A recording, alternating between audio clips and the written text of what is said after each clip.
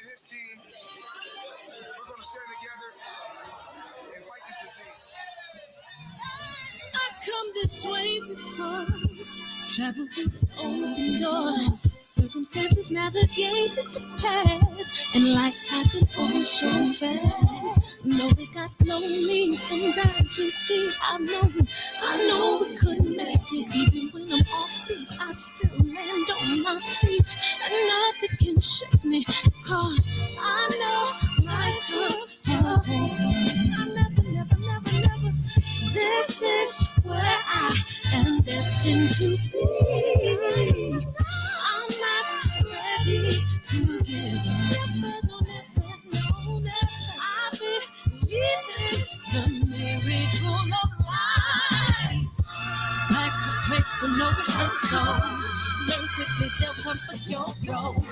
Games can play, can't take it personal. Cause the devil is a liar. I'm telling you the truth. It's all in what you do. Some things you gotta do. Fight for millions. Take a second, see the blessing in it. With much expected, much is given. When I made the living, now I'm giving back to the children. Never let the power come first before your happiness. Yes, you can be the best if you go the distance. Mix a little sweat with your persistence. You know that the best things are never instant. Just shine, let them see your brilliance. Get up, open up your eyes now. It's the moment of truth. No backing down. We're bringing it tonight. Oh, for the children, it's a given. You gotta give it, be a blessing. This my personal statement. Run the game like I'm ASICs. Learn to develop patience, determined to be the greatest. Yeah, bobbing and weaving, they changing up like the seasons. Indigenous to the grind, so I do it for all my people. Jabbing the competition, back up against the ropes. You fighting for recognition, I'm fighting just to promote equality where we lacking. Or cancer slowing our road. I'm confident we'll make it. We focus on common goals. Yeah. Give back, give love, give in something. Never give up, stand tall to fight another day. 2 toes, 2 feet, I stand on the ground. I'm going back soon and fight this final round. Life's a quick with no rehearsal. Learn quickly, they'll come for your role. Games to play, can't take it personal. Cause the devil is a liar. Telling you the truth, it's all in what you do. Some things you gotta do.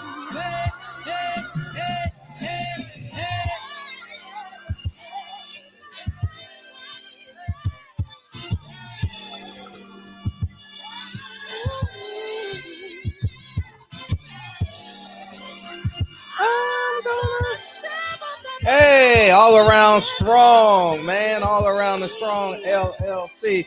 Fred X is in the building. What's up, JP? Eric JQ.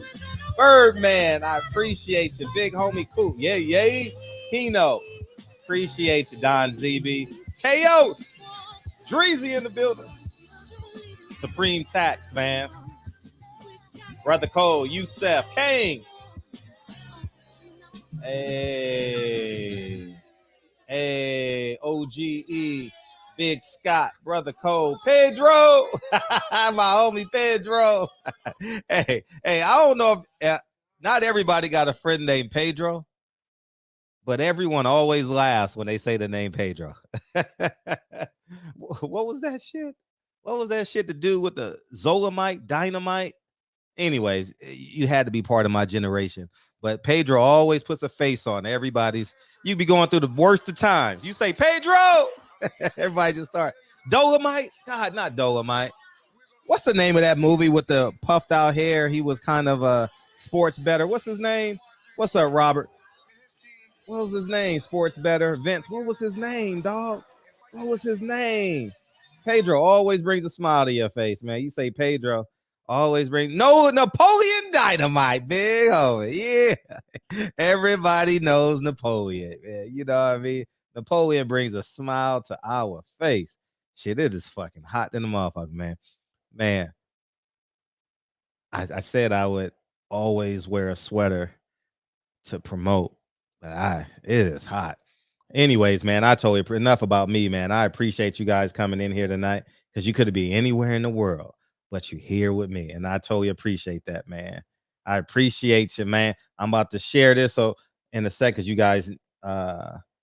Miami needs the link so he can hear it and do his work on his phone, which is okay. Oh man. Anyways, man, agree, disagree.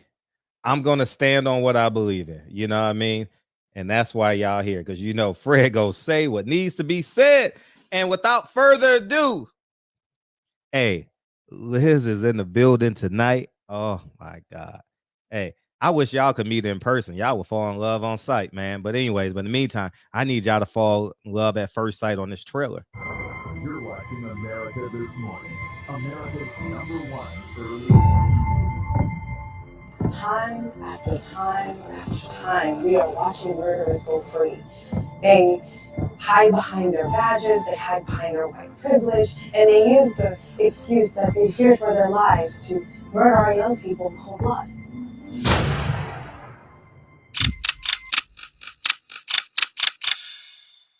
It's done.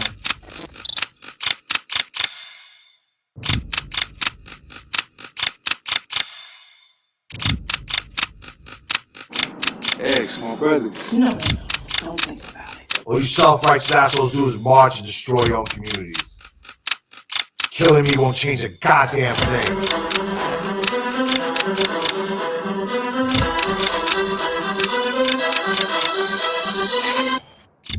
It's a lot different when it's a grown black man standing his ground.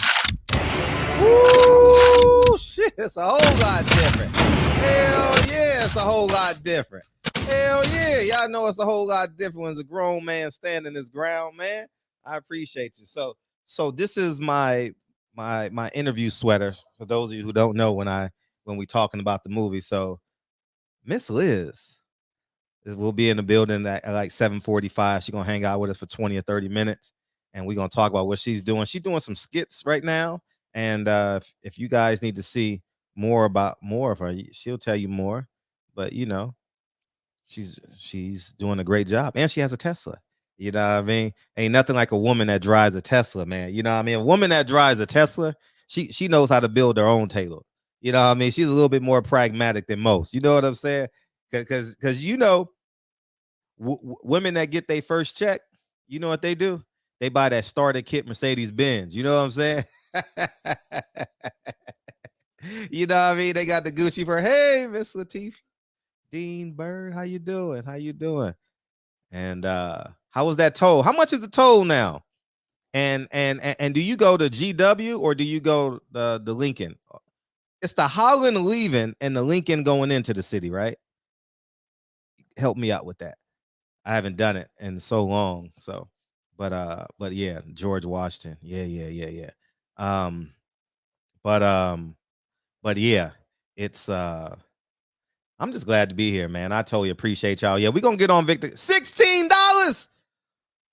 Woo. Woo. $16. I was going across the bridge when it was $4. No, it was $2 or something. I remember Bane's mom, which was my grandfather's roommate. They went to what's that amusement park? Treasures, something like that. And they didn't have enough money to pay the tolls. Oh, you take the GW at 16? Woo, so you go through Harlem and stuff. Oh, you be running. Oh, Miss Latifah she be on Lenox Ave. You be turning up on Lenox Ave, huh? You a uptown girl, huh? Okay. Don't let me Google search you now, Miss Bird. Okay. You a uptown girl. Okay. Mm-hmm. Yeah, she up there in the 60s. Okay. Maybe you in the Bronx. I don't know. You're not in the Bronx. Oh, Miss Bird be on Lenox Ave, Amsterdam. You know what I mean? She be hanging out in Sugar Hill. I want to chill on Sugar Hill, baby. Sugar Hill, baby. sorry, sorry, guys. This is a regional conversation that's nostalgic for me. You know what I mean? Because that's not my neighborhood, but I grew up on the 47th and Lenox Ave. Well, my grandfather has a co-op. We still have the co-op, and I'm begging my aunt to give it to me. I'm begging my aunt. I said, I will pay your rent till you die. Well, not the rent, but the fees for the co-op. She still won't give it to me, man. You know, memories, huh? Memories last longer than people do, man. You know, and I'll get back there soon. My mom is having an event sometime in September, August, but the kids go back to school at that time.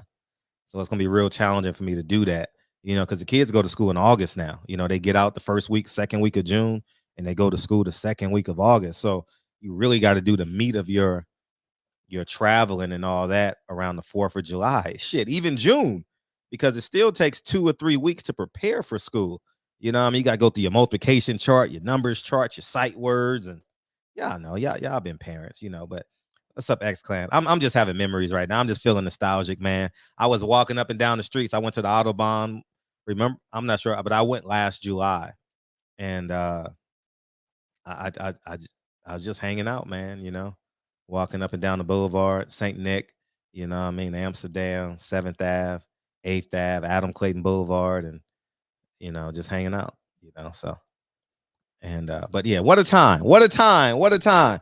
So I'm just gonna filibust because she'll be in here at 7:45, and I really, really want to go in on Victor Conte, and but I don't want to stagnate the conversation. You know what I mean? I don't want to you know, get y'all all riled up. You know what I mean? Then one of the most beautiful women in the world come in and be like, "Oh man, fuck Victor. Let's talk about this." Oh, you from Saint Nick? Okay, okay. Where? Where? 130 what? Supreme tax. You carry a gun. So 131st and St. Nick, huh? You like 131st. You know what I mean? Because you don't want to be around 116th, 112th, because that's too close to Manhattan, right? And you know the police still kind of go through that neighborhood. So you probably like 131st, between 131st and 137th in St. Nick, huh? Supreme tax. Huh? You rob niggas. You know, supreme tax. I know what that means. You know what I mean? Sorry, tax. I know what that means. Shit. You know, I get the language. You know what I mean? I just ain't never lived it. You know. What's up, main event? You know what I mean? Shit. Say Nick. Where I want to see if I'm right. Where? 131st? St. Nick? 131st? No comment, friend. I knew I was right. I knew I was right. Because you know, you play around Columbia University, they gonna come get you, dog. Oh, you 191st. Okay, okay. Spanish Harlem, huh? Spanish. What's up, buddy? Good night. Love you, dog. And man. Yeah, okay, okay, okay, okay, okay. Yeah, man, I had great times, man. My grandfather went to church on the 155th and Broadway. Forgive me for not knowing the name of that church, man, but right across the bridge right there. Ooh, she in the building. She in the building. Oh, Lord, she fine as all get out, man. How you doing, beautiful? What's up? What's up? How you doing? How you doing? Hey, how are you? Oh, super, super, super. So you doing skits now and all that. I watch you in the store, the jerk chicken. What was it? What was that about? Washington Heights. Yeah, exactly. Yeah, I was just doing some. I was like, you know, let's get some more audience going. So that's kind of where that came from. Oh, Not that I like actually want to do skits, but you know, I realize how important it is to like build your audience. right. So just trying to do that. That's really what it was. It was fun though. It was a lot of fun. I had a blast. I'm gonna link you with a bunch of people. Yeah. That do those type of skits, Mm-hmm. and you can take it from there. Dope. Thank you. Yeah, no, absolutely. No, definitely. So how you been? How you been? Great. I've been great. Things are moving. Things are grooving. It's been I've been busy, so I'm happy about that. Yeah, and I'm great. I appreciate you asking. And we 25 days away. Hey. Yeah. Oh, man, You have no idea how excited I am. And and two, you have the scene when I wrote the movie. I told you that literally, if we wasn't an independent film project, right, would like make that fit. It does make the film like Academy worthy. Your scene makes it Academy worthy. wow, thank you. But No, thank you for, you know, even plugging me into that. no, but You know, that's thinking of me. yeah. When it How do you think grandma would respond to your scene? Like a 78-year-old grandma, how would she respond? a black grandma, Yeah, a thank you. African Thank you. American grandma, oh, she'd be so happy. She's like, about time somebody did it. So I Uh, might be grandma's hero. Grandma, grandpa. I'll be the hero for sure. facts. Yeah. Big fact. Because I said grandma's gonna shed some tears. Yeah. Grandpa's gonna get his gun and be excited. You know what I mean? You know, 'cause grandpa always got a 22 somewhere, you know what I mean? Always. Yeah, yeah, you know, and but it was just so fun. And now that I recollect, like so easy to work with. You must have did a lot of stage production prior to this, yeah? I would say so. I was in a class that was heavily like theater based. Mhm. So that class, you know, I was in there for about 4 years, and the nice thing about it was it's a small class in Tampa. You only knew if you knew, but if you knew, you knew. Like Right. she brought that's actually how I started working with Tyler Perry was through her. Wow. Yeah, it was so beautiful that we would often have showcases. So that's kind of like theater in a sense because we would have either casting directors or agents come into our class and we'd bring them in, fly them in from like, for example, we flew Raven Drummer, which is Tyler Perry's like in-house casting director. She's usually like working on the stuff in Georgia, where he also works with Kim Coleman, who's the one Yeah, who Kim. yeah, but Raven is in Atlanta and she flew in for a showcase. And it was actually really cool because it was August 20th, 2017 when I first met her. And I had just kind of, not that I just started acting, but I was really starting to take it seriously at that point. And that was my first time meeting her. I did a showcase for her. And, you know, that was that. I think maybe a year she didn't come or something like that. But then she started like, you know, auditioning me for his other shows. It just so happened though in 2019, that's when he had the 4 new shows come out at once, which is, you know, Sisters, Bruh, The Oval, and Ruthless. So I had auditioned for Sisters as a recurring guest star. Didn't get anything from that. But then I got on The Oval, and then I got on Bruh. But like being in that class, I was able to toggle through different characters because, like in a showcase, for example, she would give us the liberty of choosing between 2 to 5 scenes. 5 was like the Mhm. max. Right. You can like do whatever you want. So it can be classic, it can be modern, it can be something you wrote, like literally you have the freedom to just show whatever you want. And it, like, you know, I was grateful for it then, but you know, now I'm just like it just makes me want to create something like that out here. Mm. But it really does because like imagine going from one character that's let's say you're for to make it simple, let's say I was a cop in one of the scenes that has to deal with like a prosecutor and then like another scene where I'm a nurse or another scene where I'm a love interest. So I'm getting to show all my different like energies and my talents and my the characters I can play and I had to do that all within a few hours. So you have to like get yourself ready in one character, then finish that scene, then hop into another character. Now you're doing all these different like scenes. So it's like all these different lines you're memorizing, all these different characters you're memorizing in your body. So that really prepared me for a lot. That it also prepared me for being on Tyler Perry's set because it's like that. Really? 2 takes and you're done? One take. One take. Are you serious? One take. Wow. And not only that, it's not just one take, okay, you get a rest. One take, and if you're in the same setting, then you're doing back to back to back to back. So like people don't give Tyler Perry actors enough credit because that is not easy to do. No, it's definitely not easy to do. And talk about being on, because that was like the first month of COVID, right? First That 2 months was, of COVID or something like that. I think he started in, because COVID hit like March, right? So I think they started shooting the other shows in maybe June or July, but we started filming in August. Dope. So it was, his system was the best, and it allowed so many people to be employed.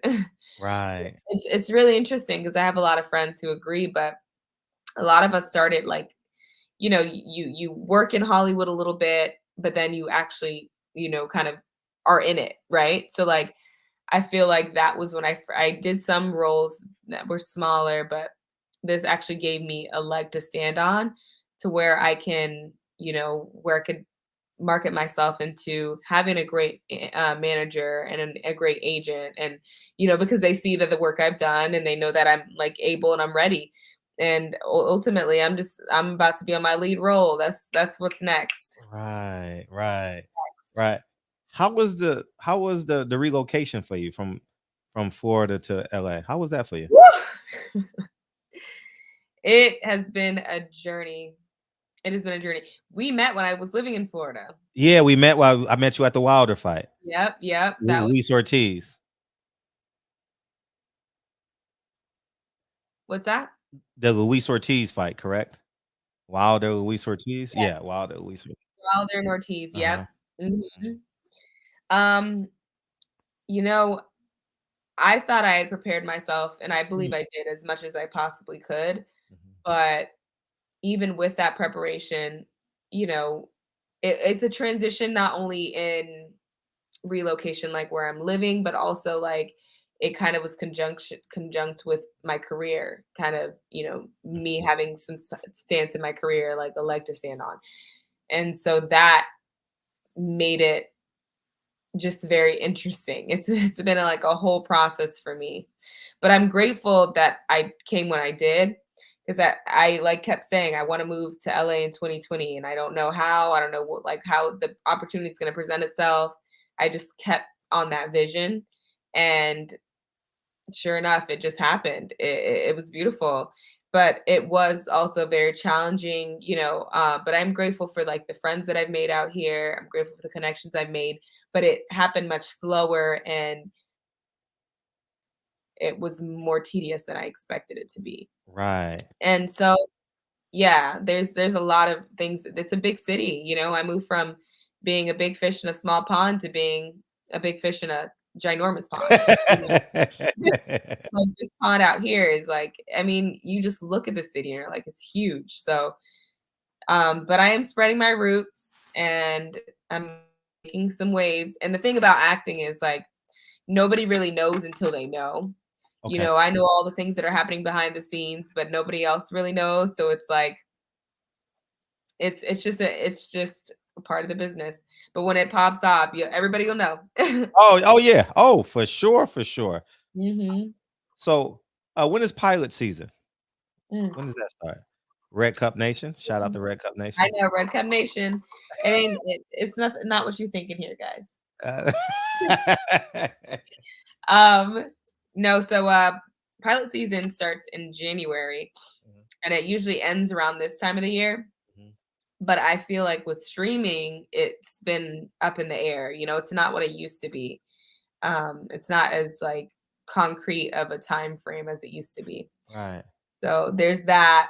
But also, films happen all year, and excuse me, I find that in the fall, that's kind of like my lucky strike. Like when I'm usually always booked in the fall. It's this weird thing. I don't know what it is, but the fall is usually pretty good to me. Yeah, you know what I was telling Robo? I want to do a part 2 to Checks and Balances. Oh yeah. Yeah, I do. I want to do a full length feature. I do. Then, because I think it's important. I think we can run into contemporary times.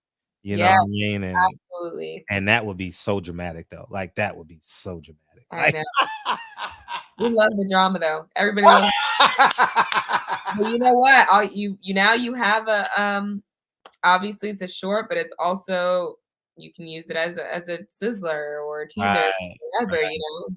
Right. It's totally possible. How do you think our ancestors would respond? How do you think Malcolm X and Harriet Tubman would respond to checks and balances? Hmm. I think it'll be a little giggle, and in the sense that they're like, they're happy to see that we're still making changes and we're still, standing our ground and what we believe. And also, who knows what'll come from this? Who knows what the responses will be? You never know, but at the end of the day, I feel like it's doing the right thing, Mhm. you know, Uh-huh. and Why sort why wasn't you afraid to be a part of this film?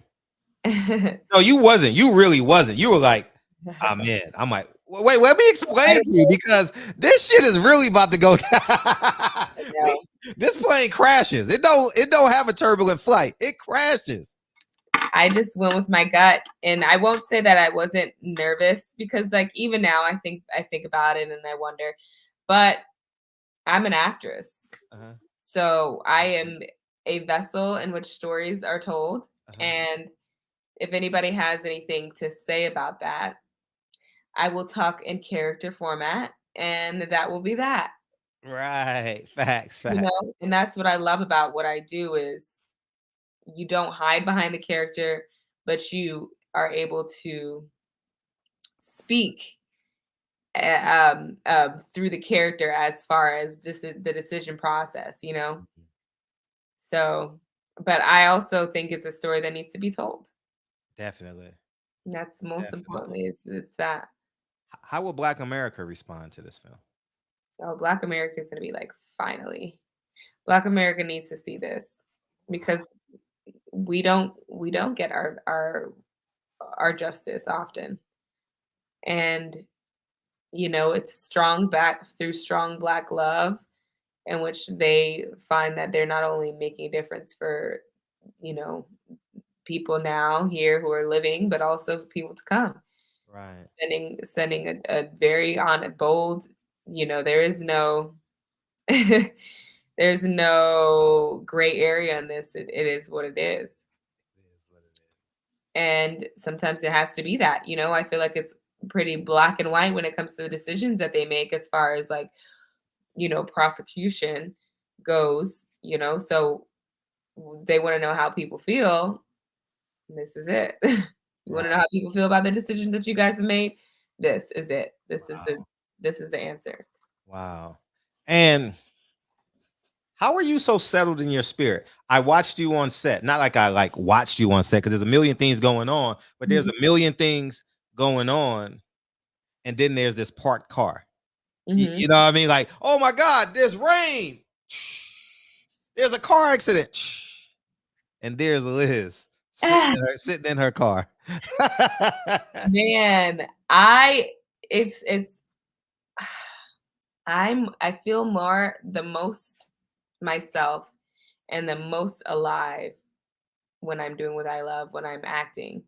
It's when I'm on set, when I'm preparing for a role. Like today, I actually had a call back this morning. Congratulations. Thank you. Thank you. Yeah. Yeah, it went really well. And it's actually it's funny because it was a Zoom callback, right? Mhm. So it's like this kind of setup where, it's myself, the casting director, the director, and a reader, and then I'm not sure who the other guy was. I believe he was maybe a writer, somebody. He didn't say what his title was. But, I was behind. They didn't get to me. I think my call to my audition time was 10:40, and I didn't get on till like 11:13. Wow. Yeah, they were behind because they had technical difficulties. So, like, I couldn't even see the director's face. It was like just like the circles, Yeah, going. yeah. So that's really why they were kind of behind. And since it was a callback, it's usually between at most 10 people that they're seeing. And their window was only for a few hours. So I know they were only seeing a few people. But within that time frame, it's like you're sitting in front of your setup and you're waiting for them to come on. You're in the waiting room. And so it's like, me sitting there for nearly a half hour, but actually a half hour. But I was like, in those moments, I'm like, just make sure you focus on your breathing, focus on what you're doing. I prepare a lot. I know the character, and I like must prepare before I get on set, because if not, then what am I doing it for? So I put all the work into my preparation, and I've been doing this for a while. I've been acting for 7 years now, going on 7 years. So it's not like it's new. And being in that class, and my acting coach in Tampa was like, she was like the heart, like if you could deal with her, you can deal with anything. So I just choose to, take my time to get centered wherever I'm at, and it feels good. I love what I do, and it feels the most natural to me than anything else. It Wow. feels very natural. Wow. How did you prepare for your role in Checks and Balances? Man, you know what? I prepared I feel like I've been preparing for that for a long time. Wow.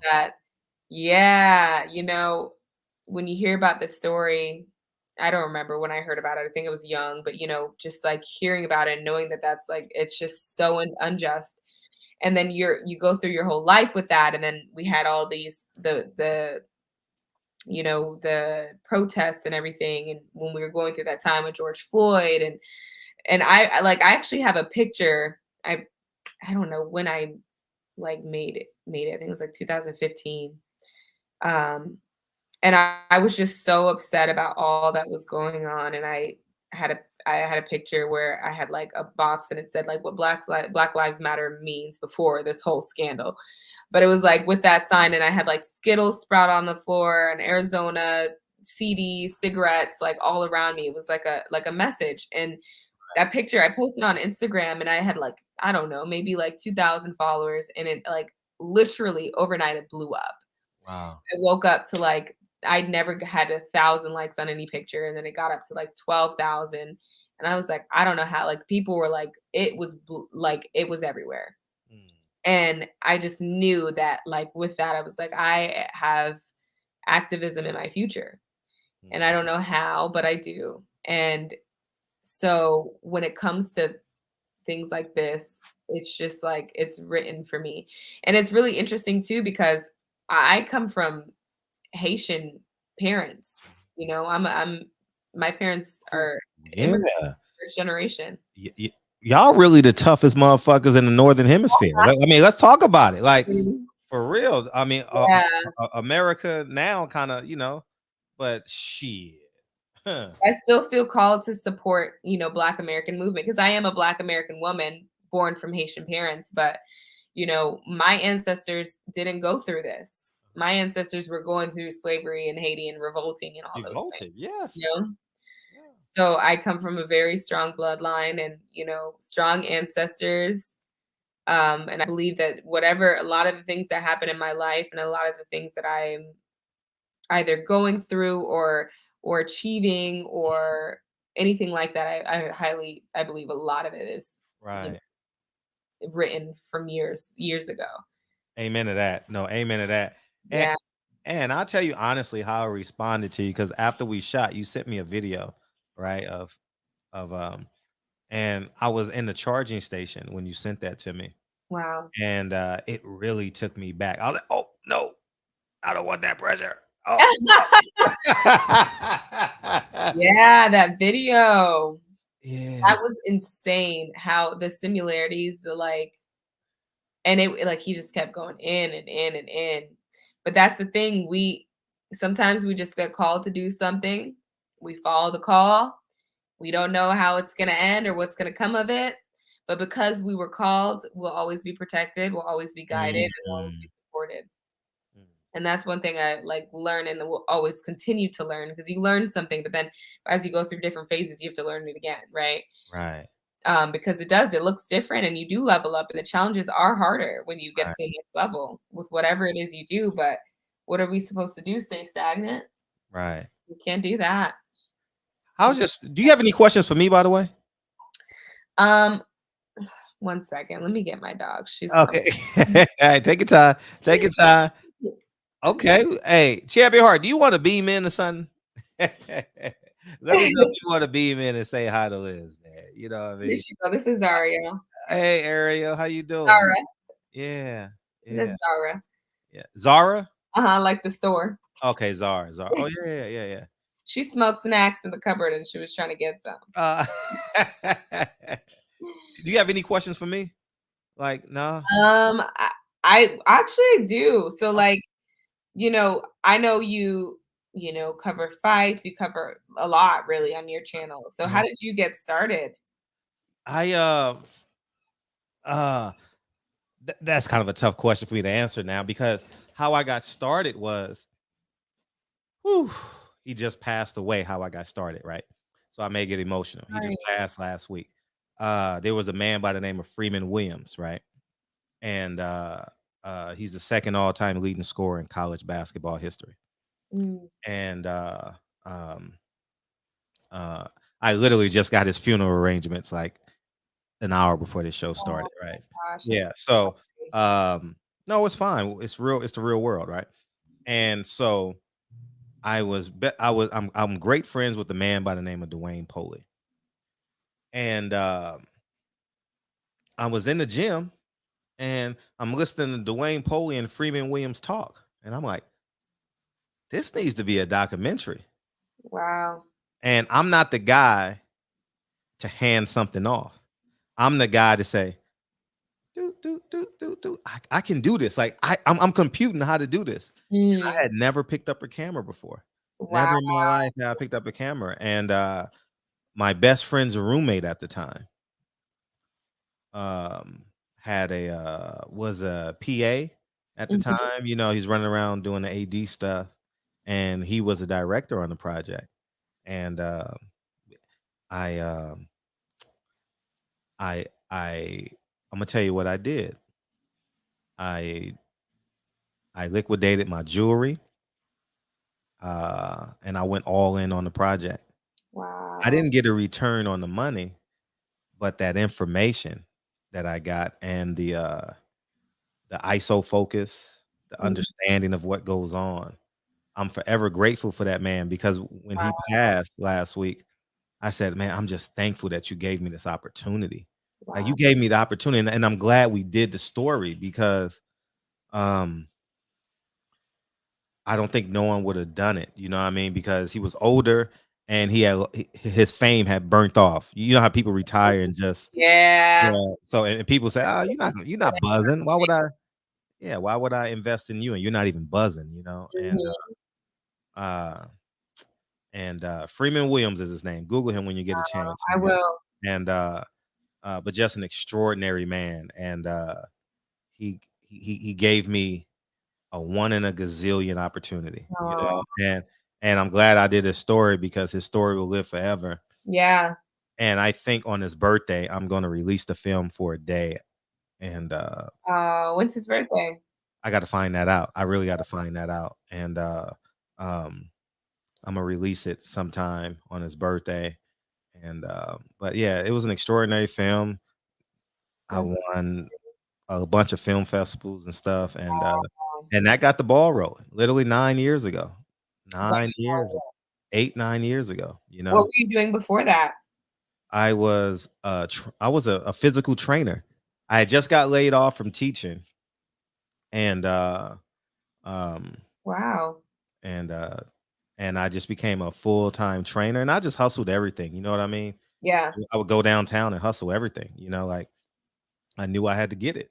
Mhm. And then you know years down the line, Look, I see how true that is. yeah, you gotta hustle everything, man. And then I'm out the trunk with everything. Wow. I was literally uh Amazon Prime before Mhm. Amazon Prime. Really? Hell yeah. If I knew somebody needed something, man, what you need? 30 shirts? I got you, dog. I got you. Wow. You know what I mean? Like I would seriously, because I was downtown all the time, just making connections and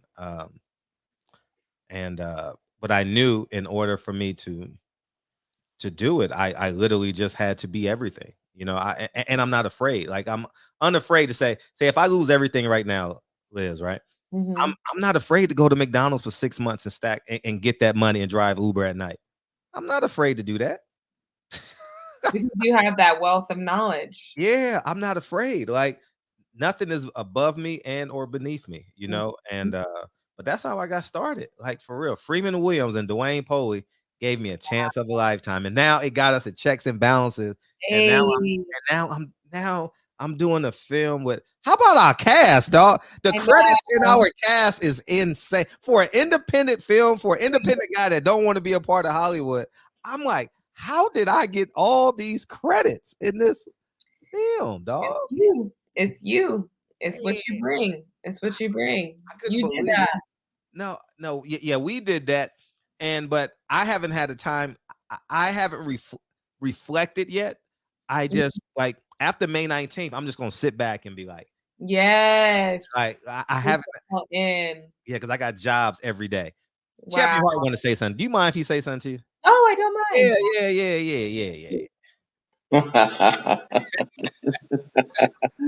Hey, how you doing, Liz?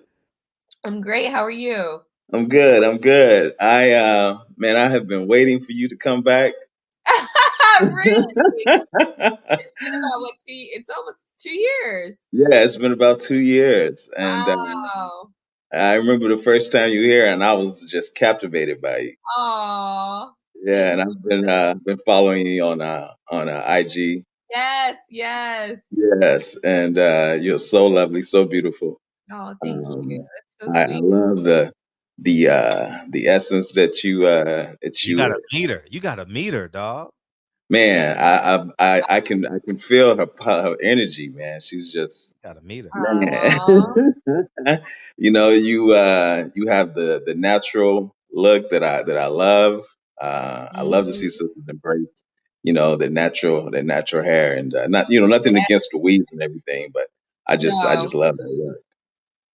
It's a journey. It's a journey to get here, but I'm here. It was a journey. Yeah.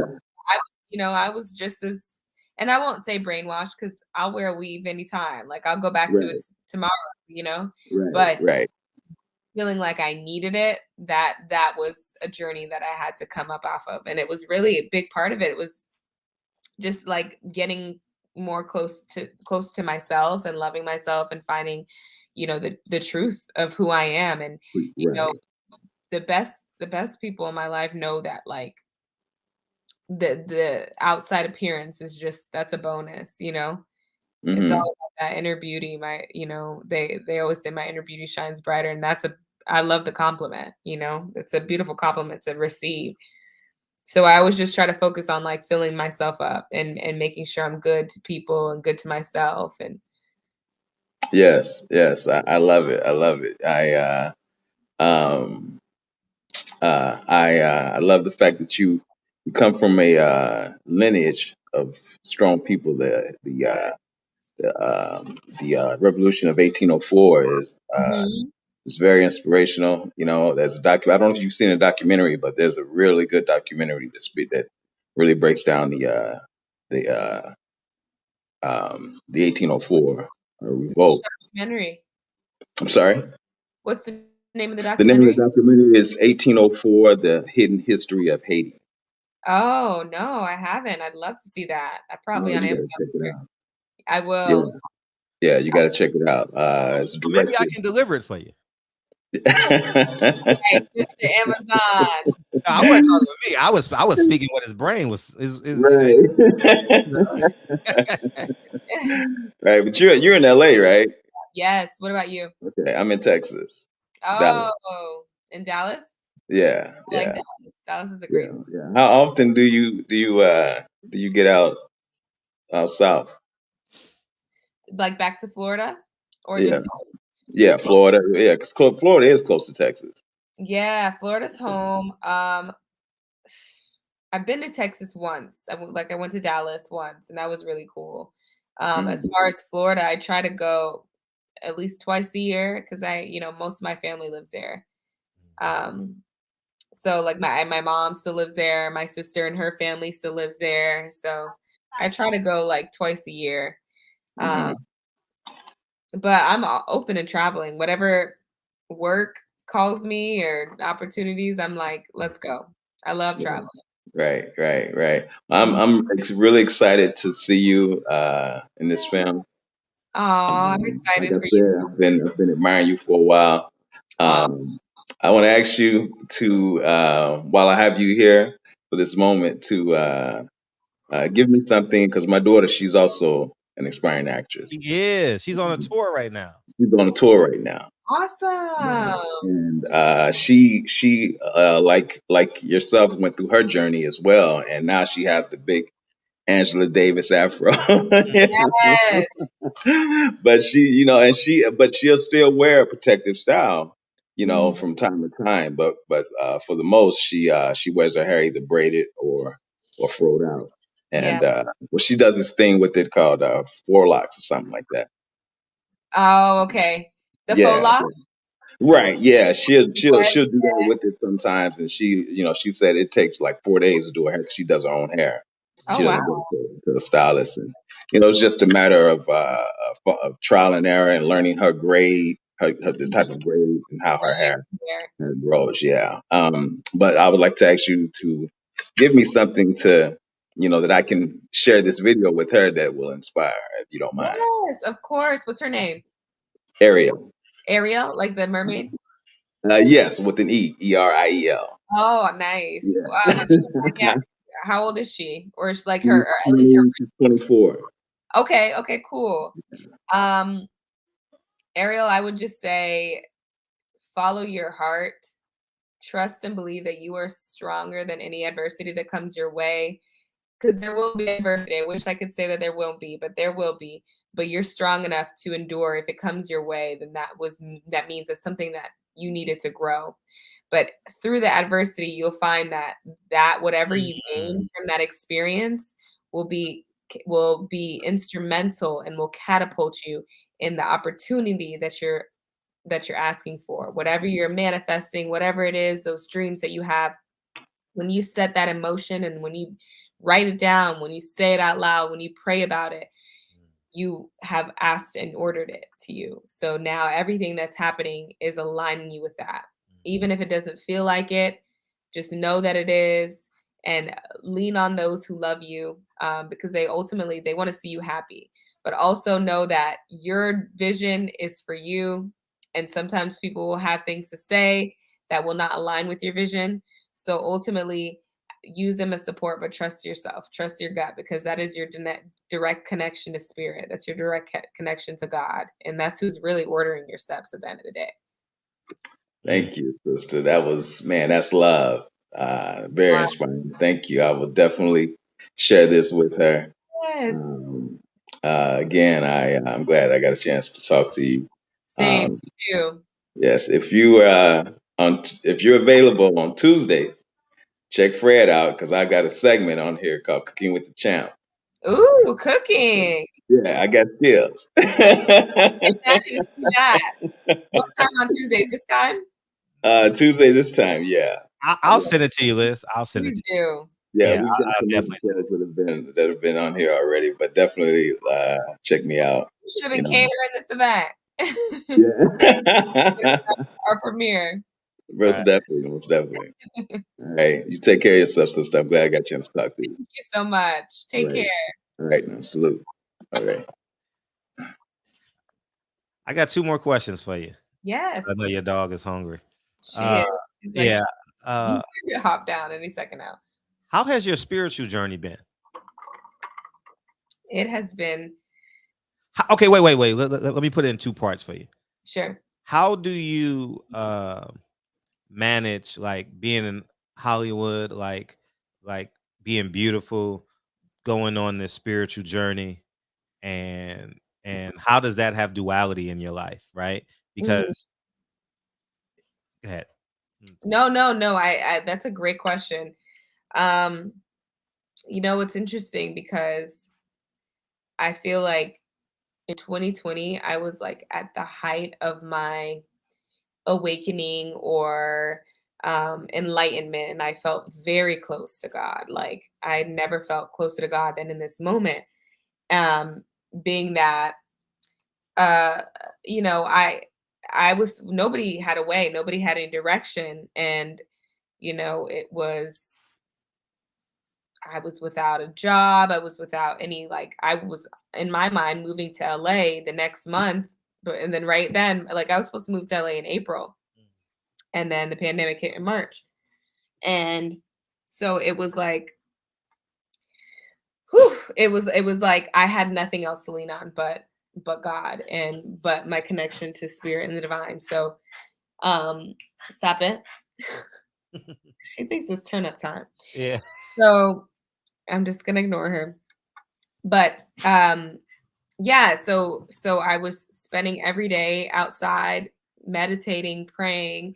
Like I felt like I was really like connected because my patio was just like full of trees. It was absolutely beautiful. And it was like just like an oasis for me. And I would sit out there and I would just like connect. And I feel like I would every time I would like download an information or like have this thought in my meditation, the trees would like the wind would come in the trees and it was almost as if that was a sign. And then the birds, all this thing. I was like super like hippie. But it really did. It allowed me to see how powerful I was because out of nothing, you know, I had like completely nothing. I manifested this whole move to LA, you know, from me getting an awesome role to the financial stability to like all these different things that kind of came in. I was like, wow, I realized how connected I am and how spiritual I am. Well, fast forward to moving here, and mind you, you know, I didn't recognize that I was going to be in this place, but I'm right in the heart of Hollywood, like right in the heart of it. So, you know, the energies in Hollywood are crazy. And from the homeless to the like people strung out on like whatever drug, it's a lot. And there's a lot of like people out here who don't know themselves and are just trying to be something. So it has been crazy, but I do have some great discernment, which I'm grateful for. And I like prayed about that too. Like I want to be able to like, please surround me around the best people, the people who have my best interests, who support me, who believe in me, who are good to me, who are honest. Like, and I blessed to have found that. Like my friend group is insanely amazing. And so just being grounded with the right people. And then also, you know, I knew myself when I came here. So like anything that wasn't really aligned, it just was easy to say no to. And I also like, I allowed myself to explore the city because it's completely on the other side of the country and all new people. So I allowed myself to like grow and go out and try different things. But it's like, never will I say that my connection to God, like I said, is tight. But, you know, there's certain times where I felt like I couldn't hear him. And I'm like, I'm doing all the things that I learned to do. And it's like, where are you? But sometimes God's like, I'm going to sit back and I need you to like, you have everything that you need. Sometimes we're always like thinking we need more. I need this. I need that. It's like, I gave you everything. So what are you going to do with what I gave you? And so it's been up and down, but it's only expanded me. Wow. It's only expanded me. Wow. In my trust and my faith. And why should people go watch you in Checks and Balances? Because I play a very important role that we all need to see. It's going to be incredible. My castmates are incredible. And this story, this writer, director extraordinaire we talked about this in a sense in like 2020. And here we are in 2022 making something happen. We both didn't see this coming. No, not in a million years. We never would have thought. And look, we're making some history. We're telling a story that needs to be told. And I think it's important that, you know, we all get into relief. Like, what if it happened this way? I think it'll make people feel better. No, you're absolutely right. And I truly appreciate you coming in and spending some time with us today. Thank you for being so spontaneous, man. I'll see you May 15th. And then May 22nd, we'll be in Leimert Park too for another screening. Oh, I love. Yeah, May 26th gonna be outside. It's gonna be outside, and because I want to give the film to the community. I really want to give the film to the community, and it's gonna be my gift. my gift. You know what I mean? In the heart of Lamert Park, and Yeah. and just that energy, and as you know, Yeah. I'm So excited. May 22nd, 6 to 8. It's gonna be fun. Okay. And May 15th. I don't have the time yet, but I'm waiting on the All people right, to bet. Let me know as soon as you know. I will. Oh, for sure, for sure, for sure, for sure. Yeah. Thank you for coming back to the shop. Thank you for having me. I'm so happy to be here. And I'll see you then. I'll see y'all May 15th. May 15th and May 19th. Y'all better see her on screen. I'm telling you, her scene makes this movie an Academy and should be nominated for an Academy Award. I ain't lying. When I wrote it, I'm like, this scene makes the movie. This scene ties the whole fucking thread together. Oh my God. I'm so glad you asked me to do it. Yeah, thank God I was on your stories that day. You know, I what I mean? I was on your story. You know. was in the wax museum. So random. It was so like, let me tell you, that moment, you know, I not only was I in the wax museum, I was in there by myself. Everybody, it was just so serendipitous because, like, for whatever reason, mind you, there was an event going on at the wax museum. And so, like, you know, it was like upstairs at the rooftop. So everybody's like, you know, exploring, checking it out. There's a woman who worked there. She's like, oh, there's more downstairs. So I went downstairs and I'm in the wax museum by myself. And mind you, they had drinks to go. And so I had my little drink too. So it was like I was partying with the stars by myself. It was such a cool moment. And then you called and I was like, you won't believe that. I was like, and I'm like, I know, I'm watching your stories. And that's why I called. I'm like, will she do this? I was like, I don't know. I'm gonna ask because the worst thing I can do is ask, you know, or the best thing I can do is ask. I'm gonna It's the ask. worst thing you can do. Exactly. Yo, this film about this, dude. This move gonna shake the room, dog. We about to shake the room. Shake the room. We about to literally shake the room. Every leaf is falling off the tree. We're gonna have it clear. It's gonna be clear. It ain't gonna be nothing blocking the view, no abstract view. We're gonna see straight through. Whoo! Man, I'm excited. I'm excited. Me too. Me too. We're revolutionaries. That's all that is. Yeah, facts. Well, facts. thank you, Jen. Yeah. Thank you. We totally appreciate you coming in. And May 15th. May 15th. I can't wait to see you on screen. That's gonna be beautiful. Me too. Yes. Yeah. I love it. Appreciate all you. right. Well, I'll see you next time. See you next. Thank you for coming in. Thank you for coming in. Of course. Thank you for having me. Bye. Appreciate you. Thank you. Thank you, Liz. Liz in the building. In the building. She back. Man, y'all better go. I'm telling you, her scene. God bless America. God bless America. I'm just gonna disagree with her one. Grandma's gonna cry when she see her scene. I think grandma's gonna cry because I cried writing it. So I know the emotion that goes into her scene.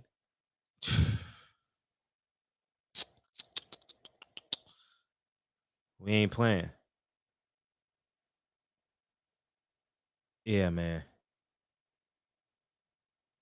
Anyways, man, I totally appreciate y'all coming in here, man. And yeah, man. Yeah, man. Oh, Liz is phenomenal. Actually, she was so easy. Everyone was easy to work with, but her Zene Sequa is so calm. You know what I mean? So calm, and you know what I mean? And that's it, you know. So beautiful woman too. Definitely a 10. Definitely 100% she's a 10. In person, on film, on camera. You know what I mean? So that's why y'all need to go watch the film. You want to go see a 10? Hey, what they saying, boys in the hood? You want to go see a dead body? You want to go see a 10? Go pre-order Checks and Balances. Y'all see the link is pinned in the comment section. It's pinned there. But yeah, man, we about to flip the script, man. We about to flip the script. Victor Conte, that cheating motherfucker, man. You know what I mean? And I want to open up by saying this. I've always been anti-Victor Conte. Always. It's not because of Terrence Crawford. It was everybody. Mr. Haney and I had a conversation about him maybe 3 years ago on this platform. Breadman with J Rock on this platform. Mikey Garcia on this platform. Terrence Crawford now on this platform. You know what I mean? I've always been against Victor Conte, but now he's being a little bit more vocal in a more polarizing role. You know what I mean? Like, I forgot about him. Like, it doesn't, like, I literally forgot about Victor Conte, right? But now he's coming out saying Earl need to take the test. He need to do this. He need to do X, Y, Z. And I'm not defending Earl. I just think the motherfucker's a scumbag. You understand? And my position defends Earl. Okay. But he's a fucking scumbag. That's who the fuck he is. And he needs to be treated as such. And because I'm not that guy that says, oh, because he's my favorite fighter, he's this, he's that. Kyle, where you at? You got kicked out the house? What's up? No, man, I'm at my parents' house. Okay. For my birthday, so. Okay. You upside down or something? Am I? Nah, I'm fucking with you. You gotta. Man, I missed Liz. Man, I'm trying to it's get okay. It's okay. It's okay. Man, you know, I watch a show that she's on. It's called. Oh, you watch Bruh? Bruh. Yeah, that's you watch it? Yeah, you like it? It's dope, huh? Hey! Everybody in the chat, y'all might want to go watch the last season if you know what I mean. Really, man? People in the chat, trust me. Why? Just tell us why. Why should we go watch? Why? Hint, hint, wink, wink is what I'm telling you. Tell us. You ain't got a wink, wink, hint, hint. I mean, she probably still watching. She showed the goods on that drum. Yeah, she fine. She fine. It's hell. Yeah, she fine. She had a crush on who? What was the character's name? It was shit. What was bro? Tall Cuz. What is his name? Yeah. Shit. I can't. Champion Bill. Heart. Bill. Champion. Who? Bill. Champion Heart. Googling that shit now, right now. Mm-hmm. If y'all need my BET Plus, I got you. So what's up, Kyle? Everything good? Everything is good, man. Hey, I forgot you ran down on Victor Conte. Yeah, I run down on everybody. Nigga, you know, I ain't never doubted you. I run down on like people be questioning like, oh, Fred, this nigga, I'm just not putting money in the boxing anymore. You know what I mean? What's good with it? Hey, Max, how's it going, buddy? You know, hey, it's going, man. Just got done with the daughter's birthday today, so got back in checked in. Man. What's up with you? Listen, man, I'm chilling, man. I had a day off. Not really, because my kids, you know, ran me crazy, but you know, the life that we chose, huh? Facts. The life that we chose. Yes, sir. I would have it no other way, man. So the Nets got eliminated, but I'm not gonna go there because we can spend an hour talking about that Trash. shit. But yeah, Victor. Hey, Max, let me see your hoodie. It's the Bulls. Y'all going home tomorrow, fam. Hey, we won one game. That's all I needed, bro. I tell you, I'm good on one win, man. As long as we didn't get swept. I'll be honest with you. If y'all had Lonzo, it would have been 7. Easy. Yeah. Easy. They're still the defending champs, though. But Lonzo is the new Rondo, man. He makes everybody better. But on that Victor Conte shit, right? I feel both sides of the coin. Like, one, he got caught cheating, doing his thing. But since that, he knows what he's talking about, right? I mean, he knows what to look for. He knows the telltale signs. He's a professional in the field. Yeah, so, but he created undetectable drugs. He shouldn't be in the sport. When you created undetectable drugs. Every drug was undetectable until they started searching for it. Hence why. He's 10 years ahead of us. And there's somebody else out here that's 10 years ahead of him. Mm-hmm. It's the game, man. It's the game. They try to find the new drugs that aren't being tested yet, use them while they can until they get put on the ban list, and then find another one. Drugs should come from one place and one place only. You know what I mean? Like it shouldn't be. If you want to be a fighter, everything should come from one place. and I know there's no union, so you can't do that. But everything should come from Vada. You should have to order everything from Vada. No, USADA. USADA. Yeah. Thank you, USADA. You know what I mean? Because Vada is convenient as a motherfucker, dog. They do everything about convenience. So I don't trust them neither, dude. All this Vada talk. Bring in the clean program where they give you a Letterman jacket when you test positive 50 times. You test negative. Negative. Yeah, he used to them COVID tests. You know what I mean? Yeah, but I mean, I think they need to have something similar. Like I was saying on the other show, like the UFC has it. UFC has it. If you're under contract, you're. Say the other show. What are you doing, man? Nah, the other show with that other guy. You know what I'm saying? The boxing.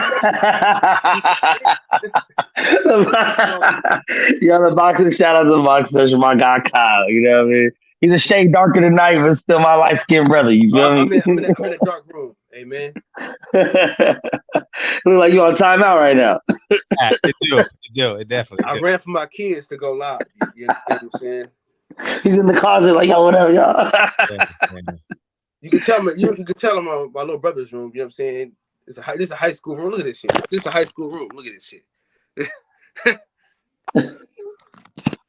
Hold up. Now wait a minute. I was in this place. I hid in the closet because he opened up the door and he ran his race. I heard 3 knocks.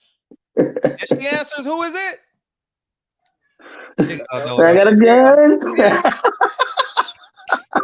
And a midget, all kinds of shit. Goddamn. Oh man, y'all ain't heard. Hey, y'all lying if y'all didn't watch all that Trapped in the Closet series. You know what I mean? God damn. Hey, he was out there. What's the college? Westgate, Wingate. What's it called? Who? You. What was the college you went to? The second college. Whittier. Yeah, he's in Whittier with all the white girls watching Trapped in the Closet and shit. Oh my God, Frederick. Oh, you know what happened for real? One of my boys got caught because he was in the closet and his roommate was in the closet and he was smashing his girl and she jumped up scared, lying. You know what I mean? Lying. She was having sex with my boy and his roommate was in the closet and she, you know, anyways. Wait. Slow down, cowboy. The roommate, because she came over to get smashed. Like it wasn't planned. Like she came over to get smashed, and he like, oh shit, go in the closet. Let me smash her real quick. And so the homeboy was in the closet while the other boy was digging out. Yeah. Like she came in unannounced, and he didn't know. And I've been put in that same situation. You know what I mean? So and then he must have fell in the closet or something, and clumsy ass motherfucker, and they end up in the dean's office. And you know, yeah, I'll have him tell the story one time. Sounds like college. When is he coming on, man? You know. Say it again. I said, when is he coming on? Because we missed out some great stories, man. He was supposed to be on. Yeah. We all getting together in July, so that'll be dope. Well, listen, man. I'm gonna try to link back in with y'all in a little bit. I'm better go sing happy birthday and things like that, man. But I had to tap in real quick. Okay, appreciate you. Dog. Oh shit, whose birthday, Kyle? My mom's. Oh shit, legend. You live in Oakland too, huh? Huh? You live in Oakland too, huh? So it's my stepmom, but it's my mom's. I don't, Gotcha. I respect that. Yes, sir. Shit, my little brother, my oldest little brother is like 20. My oldest little brother? What does that mean? Like, 'cause I got other little brothers, but the oldest one of the 3, like below me. I don't know. Yeah, the oldest little brother. Yeah. What's wrong with this guy, man? Oh, he privileged. He privileged, man. He millionaire privileged out. Fred don't know what he's talking about. Hey, Fred don't got all the siblings, bro. I have 3 sisters though. Yeah, but we didn't grow up together. But yeah, I have 3 sisters. Yeah. You're the oldest? I'm the youngest. Oh, that's why you don't understand. He doesn't understand anything. It's the oldest sibling shit over here, Fred. If it's a baby sibling. If it was a stock called my oldest little brother, the motherfucker broke me down to a science. Oldest little man. Hey, Fred don't miss. In the heat of battle, he don't miss. Man, listen, if I had some money last week, would have put that money into that Man, I'd have done it. I ain't even lying. I haven't missed a stock on Instagram all of COVID. I ain't lying. All of COVID, every stock that I've told y'all to hit. Boom, boom, boom, boom. Yeah. I ain't lying. All of them. I'm happy. I'm happy now that I got savings. So now I can start. I can start putting shit together. Yeah, man, I be giving motherfuckers the juice, man. You got the juice now. Appreciate it. You got the juice now. Yeah, man. Oh man, that's love. Yeah, but I think being that there is no union or no commission that's regulating like drug testing, because like the UFC has it where if you're in the contract UFC, 24 hours whether you have a fight or not, the whole time you're in the contract, you're apt to get tested. Whether you have a fight coming up, whether you're injured or otherwise, just the whole year around, vacation, whatever. Where like in boxing, it's like not till you sign a contract, not till you start training camp. Like then I think the stars honestly need to push that shit. I feel like any star that's not pushing for it, you're suspicious. That's it. I couldn't agree with you more. Especially if you brag about being the A side to everything. If that's not part of your fucking contract negotiate, like you have to be tested, then you suspicious too. Yeah, it's bad, man. It's totally bad, and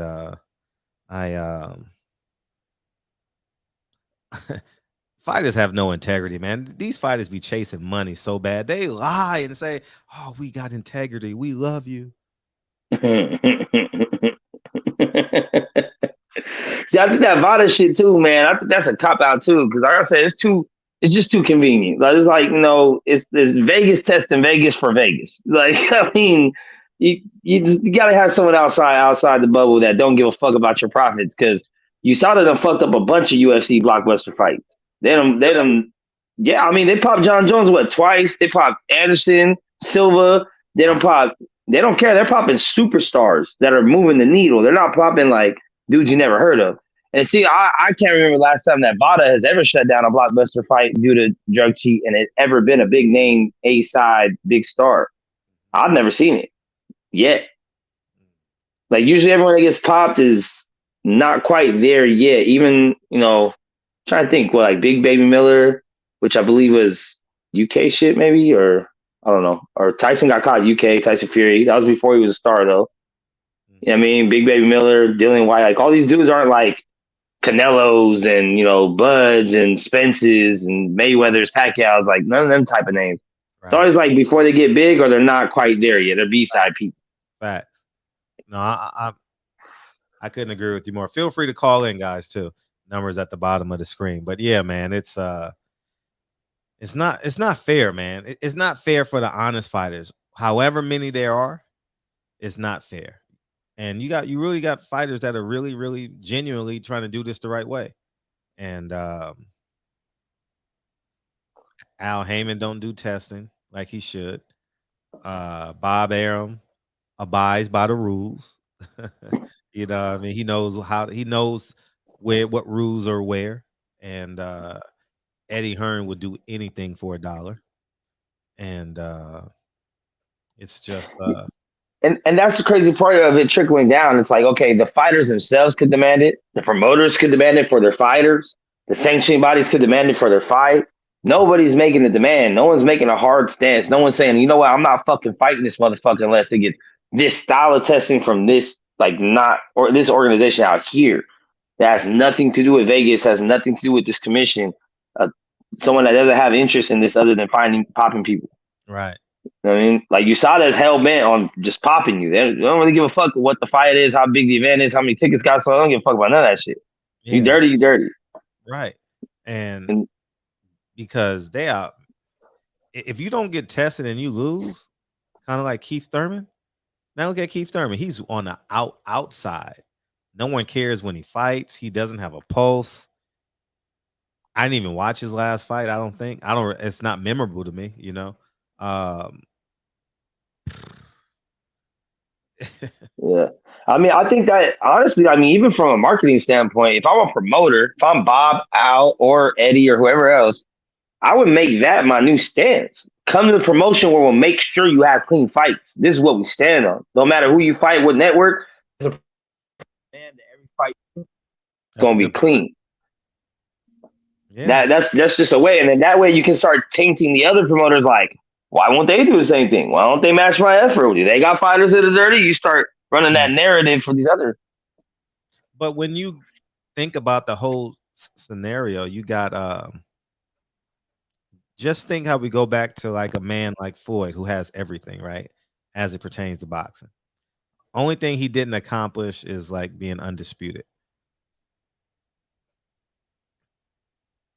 He says there's too many belts in boxing, but he parades Rolly and Tank Davis out here as champions. So the point I'm making is not to pinpoint Floyd, but I'm pinpointing the people who people believe have absolute power in boxing. They'll say one thing and literally do another thing. You know, and that's why there's no hope. There's no hope until these fighters form like these sub unions. So let's say we had 5 fighters form a union. It would change boxing. Like, imagine if Earl Spence and Terrence Crawford say, you know what? We gonna fight, but from the business perspective, let's unify this shit. And I'm not negotiating against you. You're not negotiating to me. It's we're negotiating against the network together. And this is what we want to come out with. That's the ticket.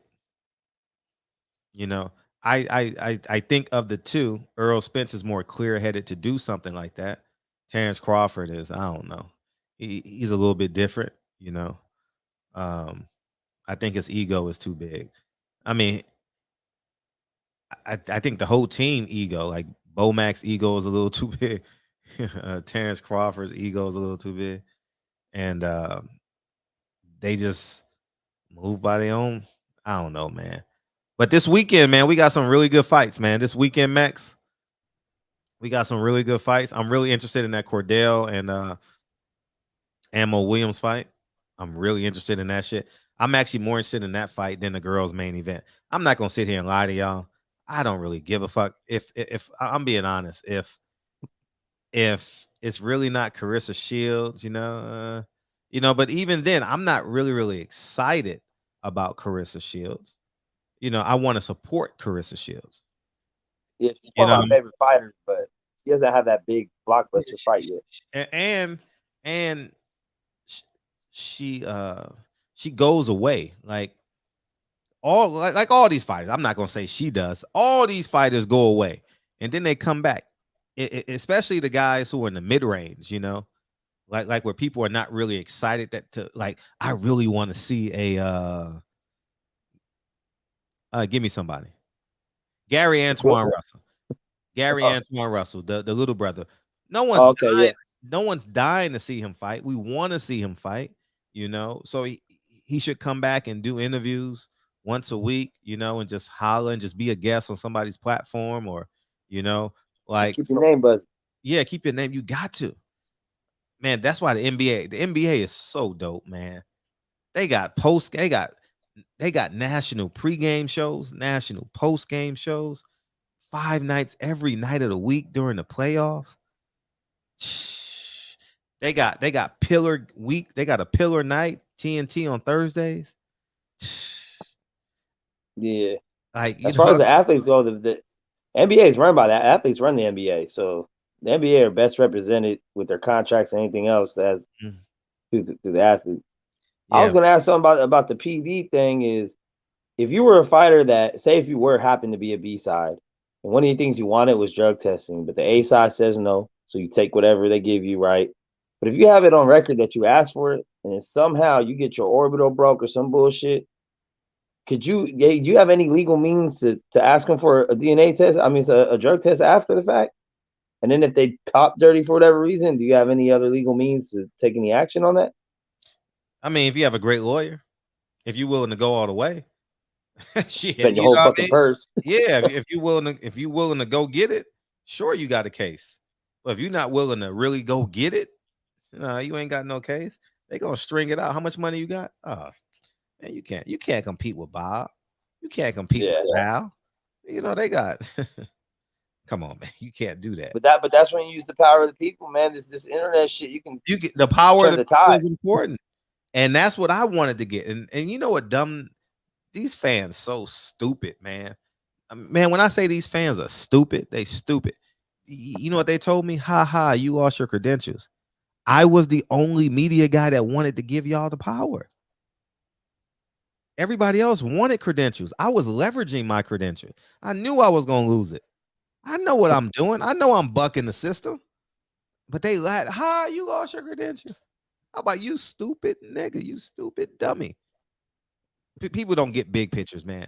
They just like polarizing stories where they can get clicked because they know if they say my name, people gonna come and and people want to see you fail. You know what I'm saying? So that's what it is. We got Don. Who's Don? Who are you, Don? Who are you? Don, who are you? Unmute yourself, Don. I'm a fan. What's up, brother? I've been following your channel for a long time, and I wanted to appreciate chime in today. Thank you, bro. No problem.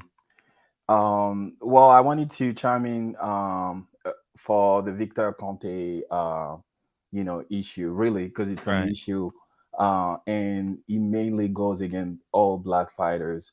I've never seen him talk about Canelo when we know that Canelo has been, maybe more than first and second time offender, as far as drug test goes. He never spoke about it. But when he sees any black fighter that's had a fight, he's always talking about, those fighters as, like, take an example for Errol Spence. Like, Errol Spence never ever failed any drug test, but he's always nitpicking, only black fighters. And that's my problem about it, because I don't think it's fair. And for him having, their background, a background like he has, he shouldn't be talking like that, according to, that's my opinion. Yeah, I haven't paid attention that tough, but I'll look on it. But the fact that he's just talking is annoying. I mean, he doesn't annoy me, but you're creating. I like it. Yeah, I do too. Like, no, for real. I like it. I ain't gonna lie, because it gives me a wedge. You know what I mean? I like something that everyone else is not gonna talk about. Because Devin Haney's with him. So I already know people not gonna talk about it. You know what I mean? Caleb Plant fans. Yeah. They're not gonna talk about it. I'm gonna talk about it. You know what I mean? And it is what it is. Yeah. So. And I get that. So, but at the same time, I think it has to be fair, because I mean, it's good to talk about it, but if you don't do your due diligence, it's a bad thing to just come out and just say anything like that. Like for the Errol Spence fight, he didn't even try to actually research to know if they were on roll or not. He just put it out there, and the fan knowing that he's been probably the face of drug shit, they'll automatically think that Errol Spence is doing something shady when it might not be that. I think he has to also himself do some due diligence. So if he has connection, right, that he's saying he has, why don't you make the research and then come to the forefront and say, hey, they're not enrolled in the VADA testing, instead of just coming out and saying, oh, they're not enrolled, they're probably cheating. You know what I mean? Because that's what people assume right away. So speculatory, man. Let me welcome you to the show. Welcome to the show. I appreciate you, man. Yeah, man. He's just talking, man. Right. But I'm glad he gave me this wedge. I like when there's a topic when it challenges integrity. I love when topics challenge integrity, because Fred ain't gonna fold his integrity for none of these fucking fighters. And that's why I like the fact that you asked some tough question. We want to invite you. We want to invite him to your show, like, and then see if he's gonna be able to answer your question. Yeah, that's the truth machine right there. I got his phone number. That's right. Yeah, I want to wait till they sign the contracts. That's right. Because when they sign the contract, Like I remember when I did Mikey Garcia, everybody ran with it. Everybody ran with this story. You know what I mean? Oh man, I had people posting pictures of him looking like a deer. Remember he had the towel around him and he did he like I remember. yeah, man. So when the fight is officially signed, oh yeah, I'm gonna go in. And then I'm gonna embarrass him. See if he doesn't come on the show, I'm saying he's scared, y'all. He only goes to the level of comfort. He won't come on this show. That's right. And I have a big I have a big platform. My platform gets bigger when there's a topic I'm the only one courageous enough to talk about it. My platform becomes even bigger. That's right. You know I mean, everybody else is scared. Right? Yeah. No one wants to talk. And that's why a lot of people are actually watching your channel and acting like they're not, because they're not gonna comment to, their profile will be open out there, but they're actually following because most of the time when you have a topic, like 3 or 4 days later, everybody's talking about the same topic, and but it all started here. You know what I mean? And there's also one point I wanted to make, and then I'll probably leave. Is probably about... no, you are leaving. Well, I might be annoying too, but that's okay. Thank you. But it's about all those brothers, those black fighters actually supporting Conte. I'm not. I don't get it. I've disagreed with Mr. Haney on this 2 years ago. I'm like, I don't know why y'all messing with him. You got 1 million, you got 100,000 trainers out here. Choose another one. Like he ain't the only one that can do what he do. And you've been with him for so long, and Devin's still not knocking guys out. That's right. You know what I mean? Like he's not intimidating nobody. Linares hurt him late in the fight. Jojo Diaz kept coming forward. Like they were beaten. But that's not because of Victor Conte. That's because of God and you, the Father. Victor Conte don't do, man, whatever he's paying, man, you can hustle that with any, man, whatever. But Fred, if his snack fighters were knocking people out, the narrative would be different. It'd be right away. They must be dirty. I'm not dealing with the ifs. I'm just saying what I see. You know what I mean? Shit, if I was 6'5", I wouldn't be doing this show. I'll be in game 4. I'm saying, so if Devin Haney was on a 4-fight knockout streak with Victor Conte, you wouldn't think there might be something up there. But it's not. It's not happening. That's the question. Because like, if it was gonna happen, it should have happened already. Because how long has Snack been on here? How long has Victor Conte been calling out people and saying that? Oh, no. But I mean, if he hasn't proven that. Okay, he can push you to actually knock people out, but we can just keep hoping. But my real point on this is this: if Victor Conte was black, it was gonna be different. Like he wasn't gonna even be a spokesperson of this. No. You opened up the what if. You opened up the what if box. You started it. Now you started it. No, you started the what if box. So you got to deal with it. I ain't dealing with the what if box. You know what I mean? And that's right. If we don't deal with it, then let's not push it. Yeah. Anyway, and I'll say this: I don't believe but the fact that he's coming out. See, it'll be different if the motherfucker just hid in his gopher hole. You know what I'm saying? But he's coming out challenging people. Motherfucker, you got a record on this shit. You know what I mean? Like it ain't like it's, to me, it's weird that he's actually challenging these fighters. You know what I mean? It's weird. It's weird that he's actually challenging these fighters, dog. Like it don't make no sense. It really don't. And well, to me, it's weird. To me, it's really weird. He need to stay in his gopher hole. He need to stay in his gopher hole and just shut the fuck up. Like because the last fighter of his to test dirty was Willie Monroe, right? And that was 2018, 2019 or something like that. I forget the year, but it's in the interview. And that's recent enough.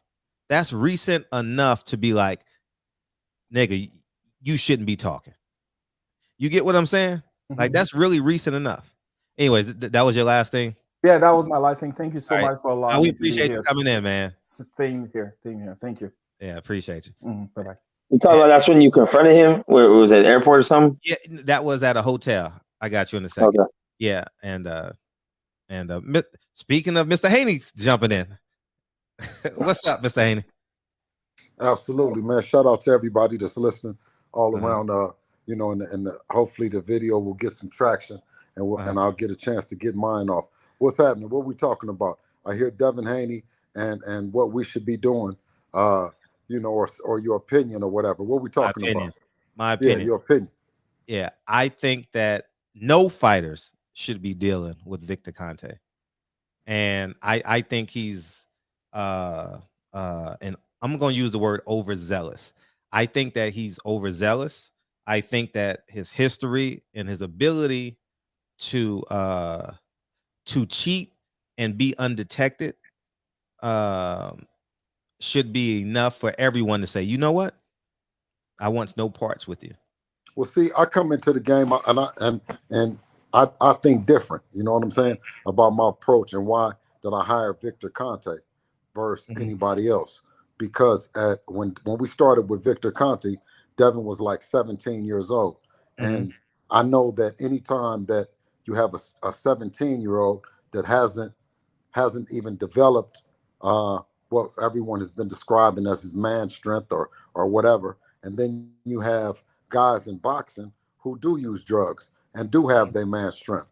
So I brought in Victor Conte because I knew that he would know anybody that even shows a sign of using drugs. See, I use it different. You know what I mean? And you're able to have an opinion in the barber's chair, but really, you know what I'm saying? If you out here in this field and you're out on this ground, you're gonna hire the people that you need to give you the information, right? And just like you wanted to talk to him and ask him what's going on with this player, what's going on, I mean, fighter, what's happening with him, what so on and so forth. Me too. But I just was able to screen him and talk to him in a different way. Now, absolutely, let's bring on all the scrutiny. Let's do 365 drug testing. Let's do everything. I'm with you. What I'm saying? Now, Devin, one thing about Devin, he's been in VADA since he was 17. And every fighter that he fights must go in VADA.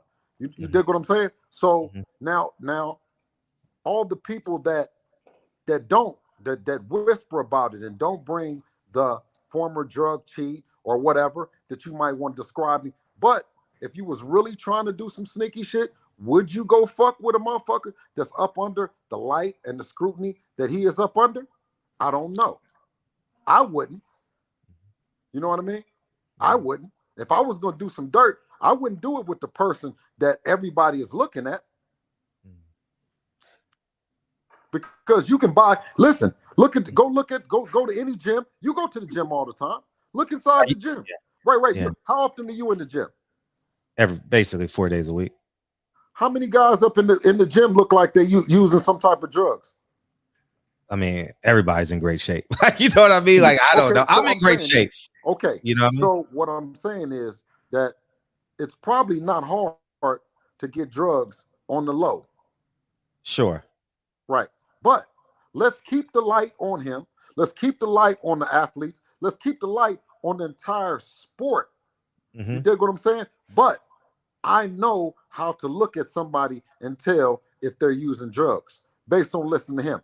I know when the cutoff point for a person that's trying to hide. I learned it from him, right? So I went and got the guy that's been busted for it, the guy that says that he didn't change his life, right? And that he wants to make the sport clean. It's almost like when if you bust someone, if the police, they bust something and then they take the same guy that they busted, bring him in and use him for all the intelligence on how to bust everybody. I'm just a little bit smarter than you give me credit for, Fred, in that chair. You see what I'm saying? No, I am. But that's why I popped up on you. Because let's keep talking about it. Don't stop talking about it. Let's keep talking about it, and let's do this. Yes. Let's make sure that everybody is being tested. I'm all for that. Sure that I said that last week with Ruben and Pandora. So I have a record. I have a record of all the times that we've been tested with VADA. Every fight that we've been tested with VADA. So let me ask you this then. How many other fighters can put that up?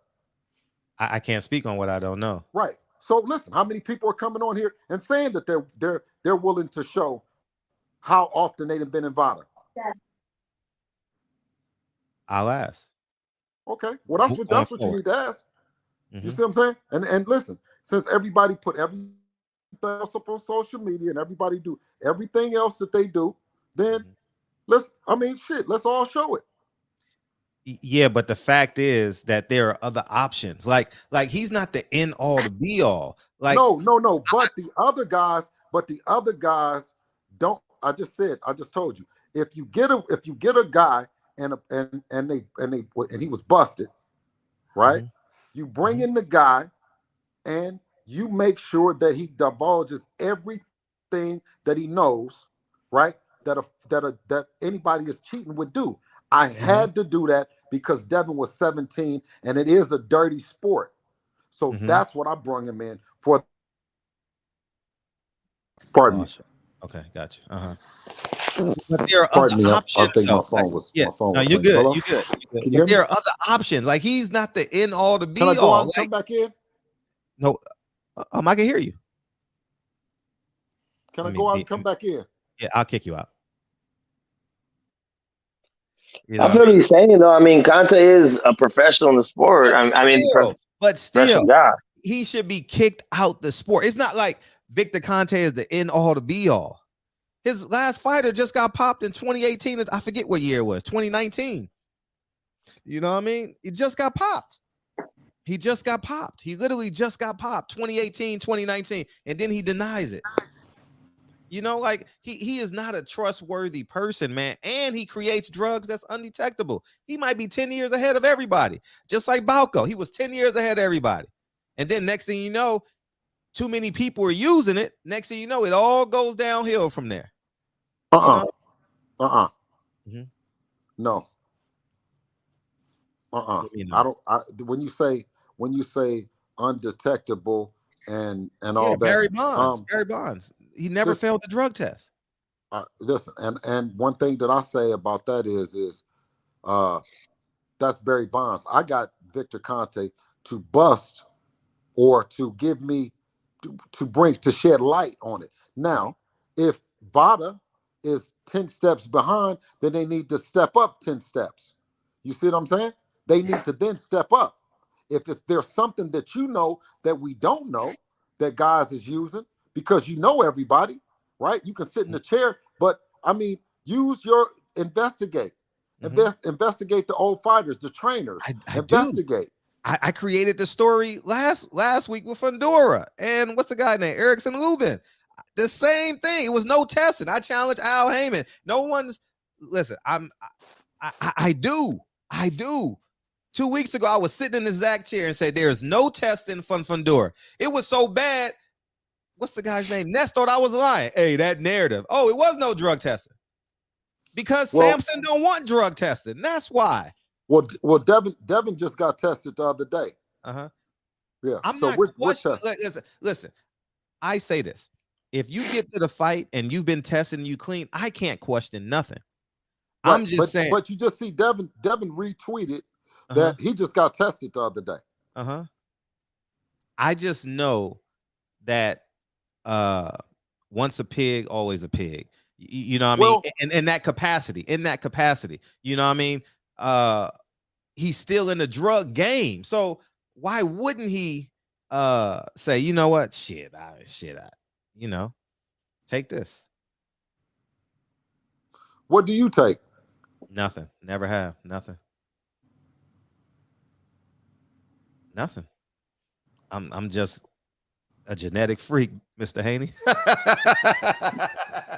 I ain't even gonna lie to you, man. You know what I mean? All I gotta do is work out for about 14, 21 days, and I look good with my shirt off. No lie.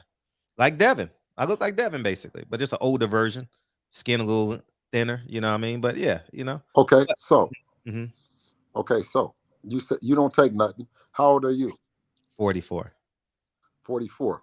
So, and Devin is 23. Why in the fuck would we need to take something?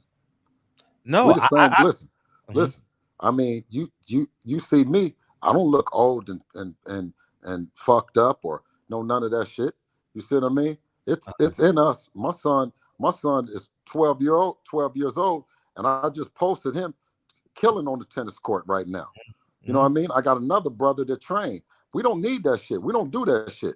You see what I'm saying? I'm not questioning that y'all are, because y'all been tested. with us, but if you come fucking around with us, anybody come fucking around with us, chances is that, I mean, you're going to be tested and you're going to be looked in the magnifying glass, and you shouldn't have no problem with it. Like I said, we don't have no problem with it. But if it's something that you feel that should be tested within the sport, right? Or if it's some kind of, then you need to bring the light to it. You need to shed the light to it. But any kind of accusatory shit, right? You can't do that. You're doing more harm to the sport than anything else. I don't think so, because I think it needs to be a light. I'm saying this. Most 44-year-olds have to take something, some kind of supplement, some kind of something, right, to do it. So you're the only one but yet you're the only one can sit over in the chair, in the barber's chair, and say, I'm just a freak. I mean, you too? I'm basically am, but I can only tell you but you too? Listen, hey, you too?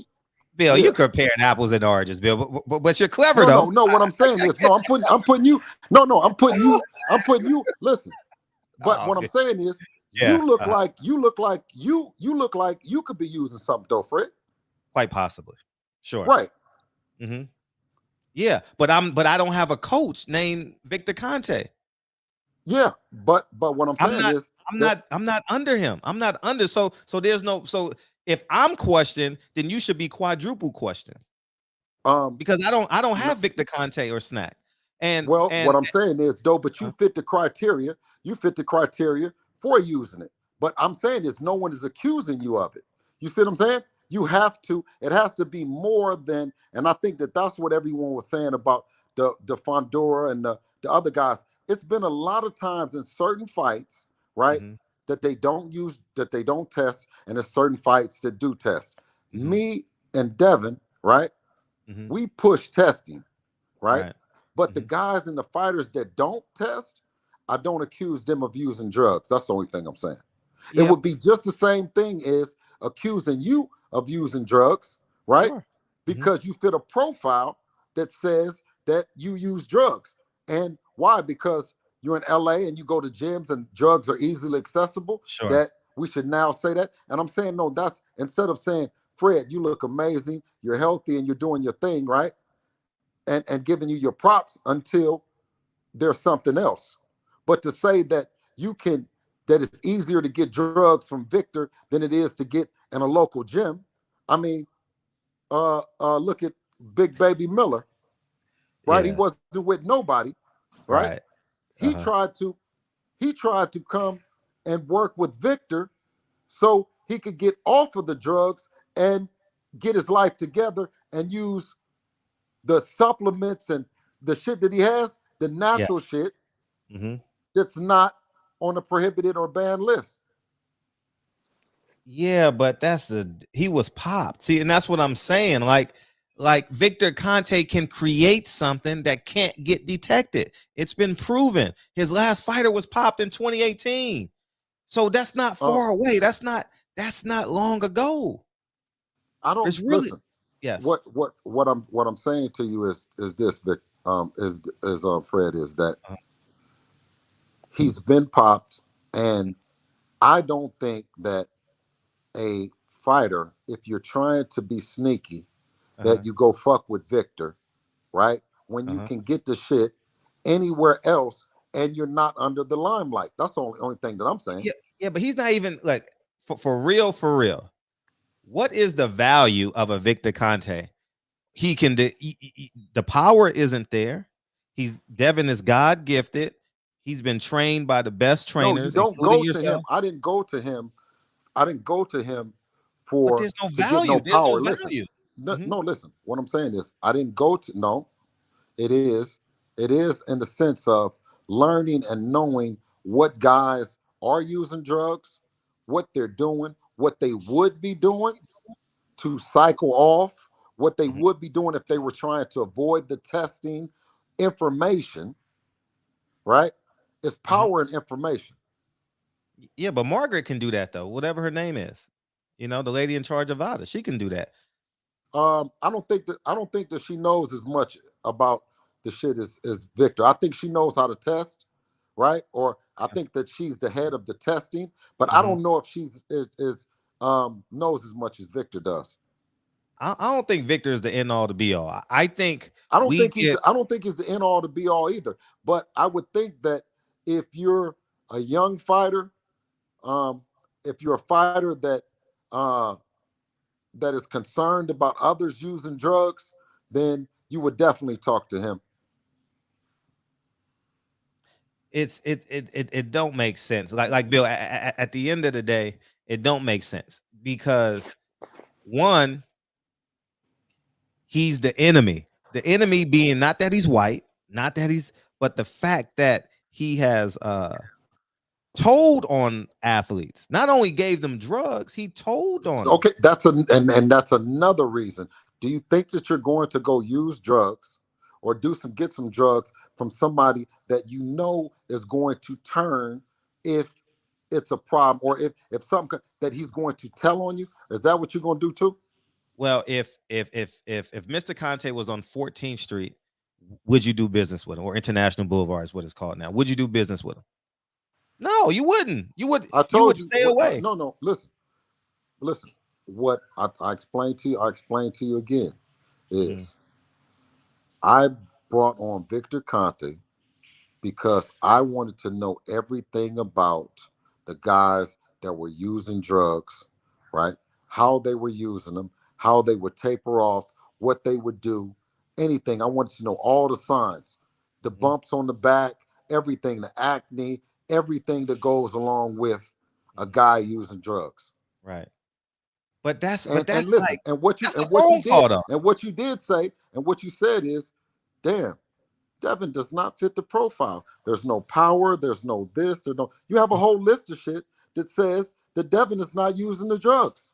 No, I'm not accusing Devin of doing drugs. No, but what I'm saying to you, yes. and I know you're not, but what I'm telling you, I came on to you for you to say is, you said there's no reason for it, and I said no reason. There's no reason. There was a reason no, why I no did reason. it. Listen, I'm listening. There's no reason you sitting in the barber's chair and there's no clippers in that motherfucker. What are you talking about? I got clippers right here. What the fuck are you talking about? I got clippers. Listen, you don't have no customers in that motherfucker. I don't have no license. You're right. I have no license. The motherfucking thing is on like it's time to cut hair. What are you sitting in the barber's chair for? What the fuck do you mean? There's no reason for you to be in there. You can just have a mic and you can still call this the barbershop. And there's no reason for you to be with Victor Conte. There's no reason for you, Caleb Plant, J Rock. I had the same conversation with Breadman. Why are you with him? It makes no sense. Motherfuckers, and he's the enemy. He is a live enemy. Caleb, I haven't had the conversation with Caleb Plant yet, but everybody else. Listen, one thing about him. One thing about him is that Victor is going to start talking. The light is going to be on. Everybody is going to be talking about drugs and drug use. Perfect for us. Perfect. This is a great conversation, right? I just wanted to tell you why. Because the question wasn't like let's not associate Victor with Devin, or let's not talk about, or hey, don't mix us up. No. On the contrary, let's keep having this conversation. Let's talk loud and be proud about it, right? Let's bring more light to it. I think Listen, we should if you turn think the that lights Victor, off, take the batteries out. All of Victor's fighters, right, need to be tested, along with all of Victor's fighters that's fighting other guys. That's the only thing I'm saying. Man, he adds no value to the game. Because what you're saying is basically see, I wouldn't come. I wouldn't if I was going to buy training the shit. If I was going to come and buy a building in Los Angeles, I would call you. If I was starting a podcast, if I was ready to do a movie, right? If I was going to do a movie or something, right? I would definitely come and talk to you first. There's a lot of things that I would come to talk to you first before I would talk to Victor Conte.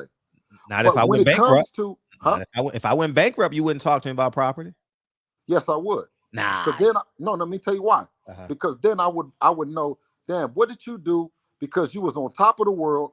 You was in the barber chair every day or every other day. You would tell everyone and tell us all how to get rich with the property. What happened? Was it that you didn't pay your taxes? What happened? Did you, I mean, just what happened? Tell me, so I don't make those same mistakes, right? Yeah. So you can learn from anybody, Fred. And I agree. I sit here and I learn from you. I listen to you talk about a lot of stuff, and I learn a lot of stuff from you.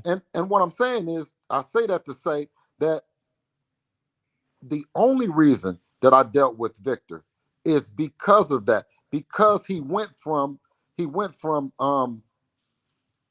I guess hiding to exposing, right? So one thing about him is, once you start talking about especially the good brother over there, Earl, or whoever that Earl. you talked about lately, whoever, you know what I mean? Whoever he should be tested too. He should be tested too. Listen, no, but what I'm not saying that Earl hasn't or hasn't, but I'm saying this: once you say something about him, oh brother, it's gonna be the light is gonna be shining like a motherfucker on every fighter that you fucking with. I'm with Victor. I'm with it, and rightfully so. But the thing that happens great about that is this is a two-person sport, right? Mano y mano, right? So once the one fighter is being tested, the other fighter is going to be tested too, and I love it. And maybe you have fighters like Oscar Valdez who just had popped dirty, who Shakur said to him, he said, man, just don't be cheating me. You know what I'm saying? Just don't be cheating me. Now, some of these fighters that you are talking about that have all this power, this insane power and shit like that, maybe those are the guys that's using, or maybe not. You know what I'm saying? But they are. They are. I don't know. But But one thing that I know is that we all natural over here. You see what I'm saying? And and that's why and that's why Victor Conte should be non-existent in the sport, because he's not needed. He's not needed. Like, what's his value? What I mean, the workouts are just computerized. Like, shit, man, come on, man. I just genuinely believe he's a scumbag. He's a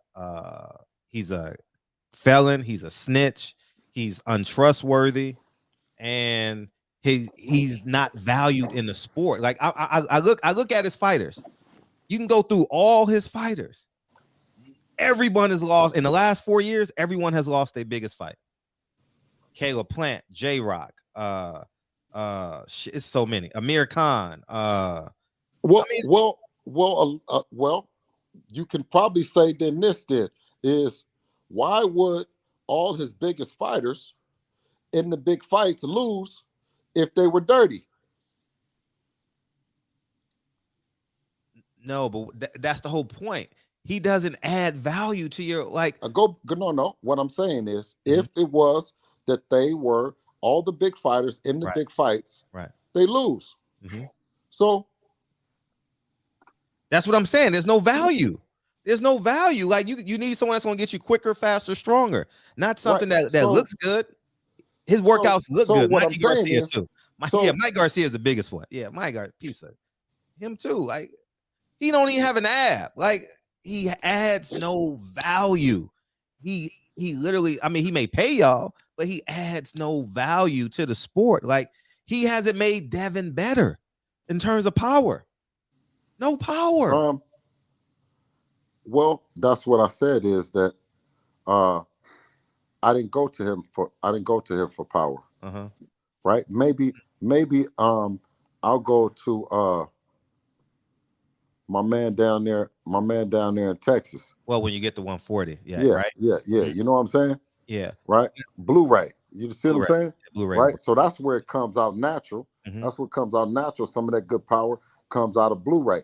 But at the same time, when you talk about bringing awareness and turning on that light for drug testing and all that. You know, if you're sneaking and doing some shit, why would you even mention anything about Earl Spence? And Earl Spence ain't even been popped or ain't never had no dirty or no none of that. Earl Spence doesn't deserve to be accused, right? But if Victor then said something about it, oh shit, now the lights is on. Earl Spence Spence answered, listen, but instead of people in the barbershops and beauty shops and everybody wondering about it, when Victor said something about it, then Earl came out and said he's been in Vada.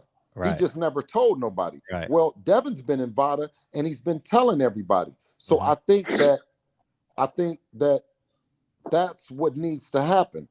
You know what I mean? Is we don't need to, we need to keep the conversation going in the barbershops. We need to keep the conversations going inside the gyms. We need to keep the conversations going about who's using drugs, right?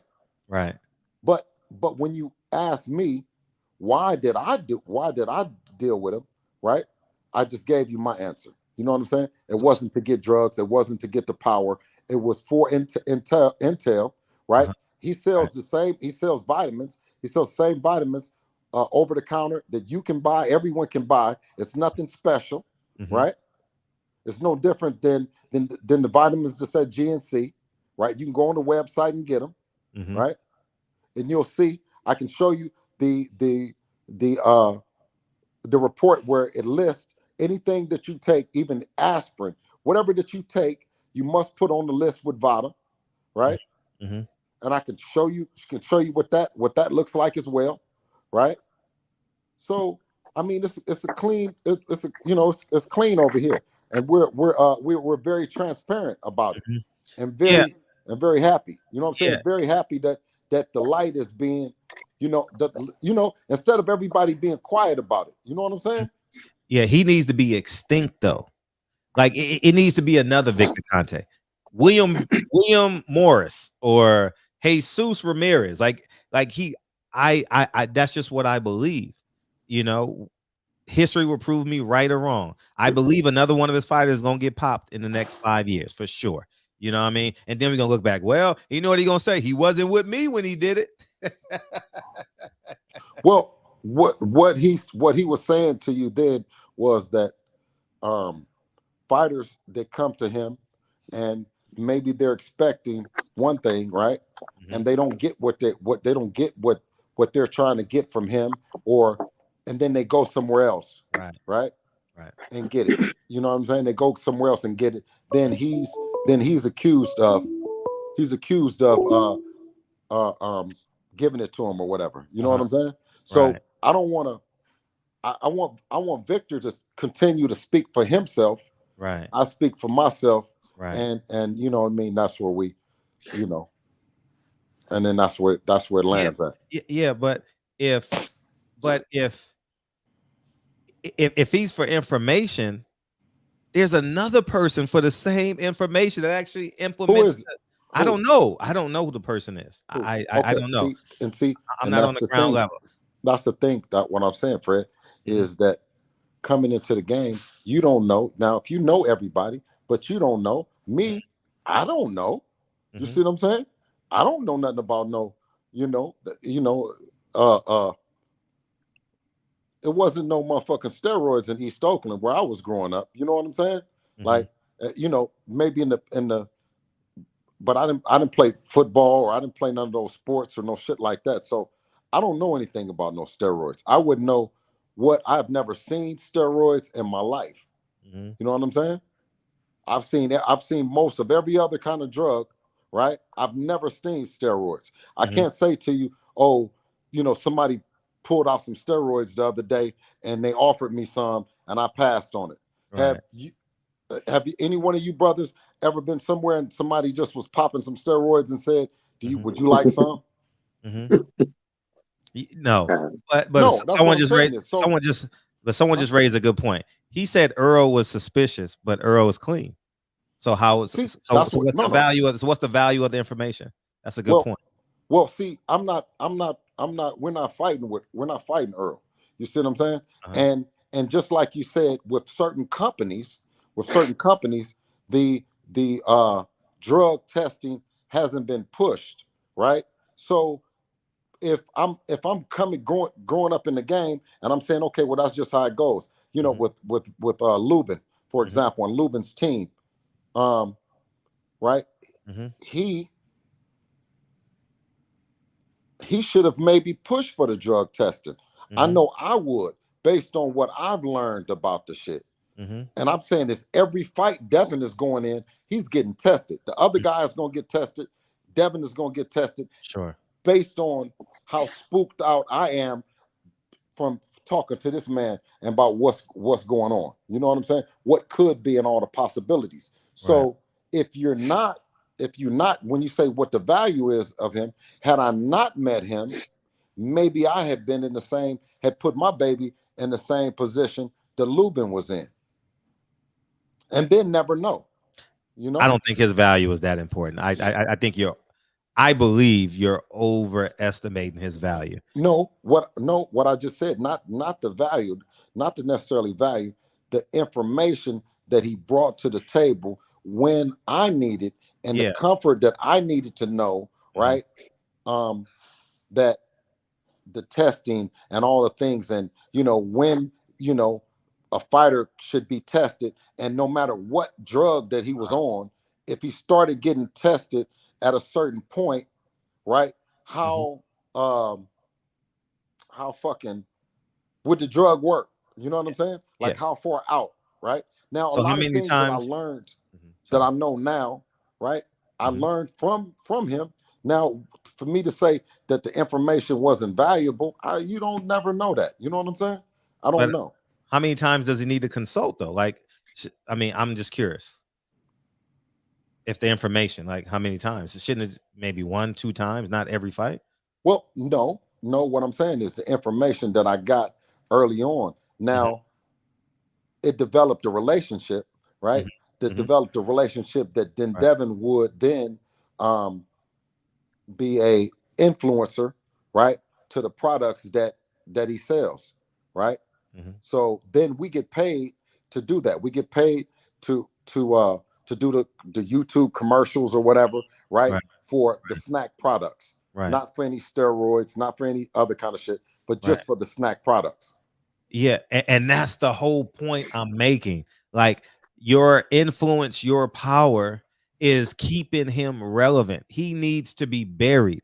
He needs to be thrown across. I'm talking about his space and box needs to be thrown off the Golden Gate Bridge. Like we are keeping him relevant in a space where he doesn't deserve it anymore. He doesn't deserve it. Like, if he's just selling vitamins, why is he in boxing? Shit. Let him tweet, let him do whatever he wants and just become irrelevant. Like, I don't see a value in it. Because I believe in 2027, 2026, someone's gonna pop dirty. He's gonna say, well, I don't know. He wasn't with me. It don't leave him. It don't leave him, man. It comes back, man. I just believe that in my heart of hearts. Now, if he went to selling homes, yeah, but he's still selling dope. See, but the thing is, I wouldn't. I don't know, man. I don't know. I just don't think that the guy would take a chance or should take a chance, having a family. Like, I'm not gonna do that shit. You know what I'm saying? For what? Like, just like what you said, is for what? For who? These boxers? Like, I'm not even, I'm a manager, but I'm not going to, somebody come to me and they're saying they want me to get them some drugs or some shit like that for no, what the fuck? I'm not doing that shit. I'm not taking no chance with my family and all the shit to give somebody no drugs to go to jail. Why? I don't know what, he acts and appears that he learned his lesson because he had money before that. You know what I'm saying? He had money. I don't know if you know his background or whatever, right? Yeah. But music, Tower of Power. music, Tower of Power. right? And you know how long and how old that group is, right? Mhm. And how, you know, the residuals and all the other stuff that comes along with a legendary group like that. So I say that to say that he's doing real well for himself to take a chance with a fighter, right? After you've already had so much controversy, and you know, you've talking about fighters and talked about you, for you still to be doing that same thing, sneaking with one of them fighters, would just be stupid to me. I You know what mean, I'm saying? yeah, and there've been worse. They call 2-time felons, 3-time felons. You know, it that's just the reality of it. History will prove us right or wrong. That's all I can Oh say. no, absolutely. No, Uh-huh. no, absolutely, absolutely. I just think I And would bury him. I hope that no fighter would ever trust him to get some drugs from him, and I hope that he would never trust a fighter to give him some drugs. You see what I'm saying? Right. I hope the guy, and I wish the guy success with his companies and his various business endeavors. And both me and you know that at our ages in life, that it's too much money out here doing legitimate shit to be fucking around with some steroids and one of these motherfucking boxers or athletes. I agree, and that's why I think we shouldn't be dealing with him anyway. That's exactly the reason, because there's too many other people and opportunities for us to be dealing with a man Listen, like him. soon as you tell me somebody else, I I'm gonna don't be know. open to talk to them. I'm gonna be open to talk to them as well. You know what I mean? That's no problem. I mean, you know, Victor doesn't force anybody to come and talk to him or seduce you to come talk to him with anything other than fuck. I don't even fucking know, man. I don't even know. But if he You didn't got have me. your You influence, like got me. Devin's a Listen, star. huh? Devin's a star. What? Devin's a star. So Devin keeps him in business. You get what I'm saying? Like Devin is the attraction. But yeah, Terrence Crawford is the but as attraction, not well, Victor Conte. I don't want to you know, I also want to, you know, I don't want to just say that he don't do nothing. You know what I'm saying? Because he does spend a lot of time studying, right? You know, ways to train and ways to do shit natural, right? You know, with the hypoxic training, right? You've seen that where he does the elevation, does the elevation, and then does the you know, high elevation, low elevation, those kind of things. You know, hyperbaric chamber training, and you know, hyperbaric conditioning, I should say, rest and recovery, stuff like that. You know what I'm saying? So I just I think don't he want to, you know, he talk shouldn't be bad in the about sport. him as well. You know what I mean? But I don't want to overhype Victor any more than he can come on here and overhype himself as well. Yeah, You know what as I'm soon as the saying? fight is signed, I'm gonna call him, see if he come on the show. Yeah, I'm sure he'll love to Yeah, come on the show. I know his personality. He think he bigger, badder, smarter than everybody else. I know him. You know, we all got an uncle like him, you know, or a No, cousin. I think you know what? If he gonna sit there and talk to you all day about the drugs and shit, right? He'll talk about you to what you all about that, right? If you start talking to him about checks and balances, or you start talking to him about, you know, 9 wives, you know what I mean? He'll probably be smart as a rock. You know what I mean? That's Yeah. that's just the shit that that he knows. You know what I'm saying? That's just the shit he knows. Right. I don't think he knows a whole lot of shit about uh, um, old fighters and stuff like that, and records and shit like that. I think he just pretty much studies the body, and was really a fucked up dude. You know what I mean? At one time, and if anything, is trying to make right, you know, on his legacy, if he's able to have any, because you know that's those are strong redemption, I guess. Right. It's hard to you know, redeem yourself from that kind of past, you know. Don't trust him as far as you can throw him. No, we ain't gonna do nothing with him other than legit shit. Mm-hmm. You see what I'm saying? Well, I know that. Well, I know that. Yeah, but yeah, I'm just saying. But I'm just saying. People like him will fold up 10, like you see in movies, like Kaiser Sose, motherfucker limping. 10 steps later, he walking normal. You know what I mean? Like, I just know. I mean, maybe it's because I grew up different. You know what I mean? Maybe I saw too much maybe I saw too much as a 5-year-old. You know what I mean? Maybe, or as a 12-year-old, or as a 16-year-old. You know, go ahead, Max. You got what you want to say? Yeah. Now the question, like, what would be the difference between Victor Conte doing what he's doing and the next gang member that used to murder people that's now cleaning up his community? Like, I can't hear. Why is the volume so low? It's probably is that me? It's you. Is it my phone? Now I was saying, I mean, he is the GOAT of cheating, right? So I understand, like, it's kind of like the Tim Donaghy situation with the referee cheating. Mm-hmm. Like, that would be someone that's openly, like, going to tell you, hey, this is what to look for, da da da da. But how is that different than any other criminal that did his shit and then reformed to do better now that he has the knowledge of how it gets done? Yeah, but he's not selling dope.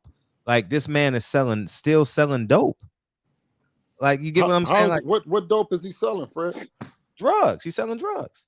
He's still in the drug game.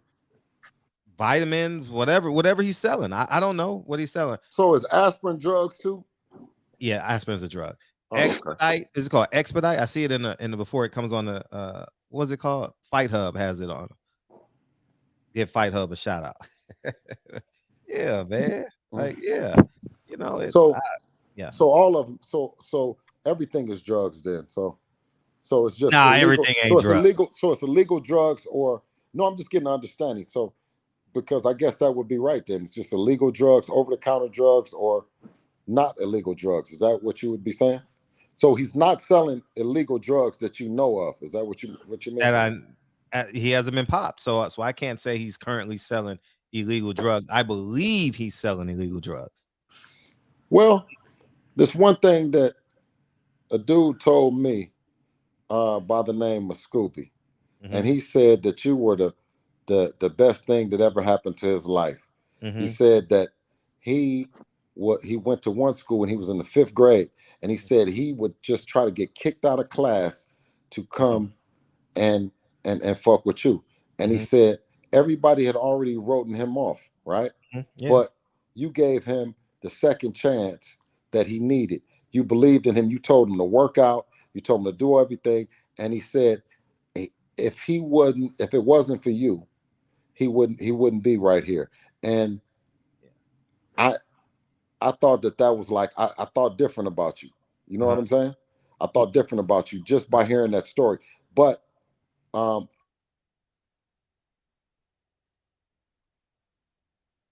lost you. Oh shit. Hello? No, now we hear you now. Go ahead. Okay. Yeah. So that second chance that you were giving him, and when everybody was writing him off, right? And I said, bro, the 5th grade? He said, yeah, the 5th grade. I said, wait a minute. You just said that he said he was gangbanging. He said he was doing all kind of shit, Fred, in the 5th grade, man. Yeah, he lived with a 90-something-year-old grandma, so he had nobody watching him. Right. But what I'm saying is nobody believed, nobody thought that.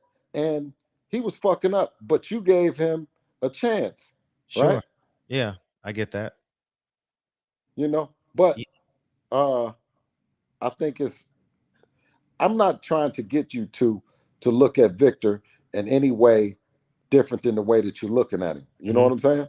That's fine. Right. But the thing is let's test. Yeah. You know, let everybody I agree. You know what I'm saying? Let's listen. And no, the way that you investigated 9 wives and to get that, then investigating. Yeah. You see what I'm saying? Sure. Get all the way down to the nitty-gritty. Yes. The bottom of it. You know what I'm saying? I agree. Investigate it. And then if something comes up, if you see something, but I would say is that, you know, when you get all of your facts and you get all that, and then sit in a chair and then have your facts and then stand on it. Yeah. Don't or I would suggest, or I would hope that you would, not do the same thing that everyone is saying Victor shouldn't do to Earl, right? That you do to Victor, and then and then they do it to Devin, and then do it to Terrence Crawford and all this. Let's put some facts behind this shit. You know what I'm saying? That's all. Yeah, you can say that, but he's still selling dope though. Like, it's not like he changed professions. He's still selling dope. Like, if he was a pastor, it would be the same thing. If he stole thousands of cars and went back selling cars, it would be the same thing. He's still selling dope. And we make him relevant. We make this man relevant. Terrence Crawford go up there, we make him relevant again. Devin Haney goes up there, makes him relevant again. J-Rock goes up there, makes him relevant again. Like, there's more. Man, did you see Terrence Crawford pick up Devin's bodyguard? I missed it. I didn't see it. But he's strong though. Like 300 pounds. What? That nigga strong is. Yeah, he a freak of nature. The nigga, hey, listen, the bodyguard is over like 300 pounds though. Terrence picked him up. Yeah, he a freak of nature. And I know he's a freak what was of he nature. gonna do? He said I was gonna slam him. No, he a bad boy. Oh, he's a bad boy. Yeah, listen, he a bad boy. Him and Earl, that's gonna be a fight. That's gonna be a fight. That's gonna be like the motherfucking, you know what I'm saying? Fucking Ray Leonard and which one was the biggest one? Durant? Ray, who was the biggest in the welterweight? It was Hearns. Was Hearns and Leonard the biggest one in the welterweight? Hearns and Leonard was a big one. Yeah, Hearns and Leonard. Okay, that's what that's gonna be. Yeah, Hearns and Leonard. That's what that's gonna be. 15th round. And man, neither one of them dudes need nothing, man. You know what I'm saying? They've been fighting all their life, and I could see where you could say two guys like that, wouldn't have to use Victor or wouldn't have to go to Victor, right? Terrence chose to go to Victor. Now his reasoning might be different than Devin's. I don't know. You would have to, or his team's decision might be different than mine. I can only speak on why we did it. You know what I'm saying?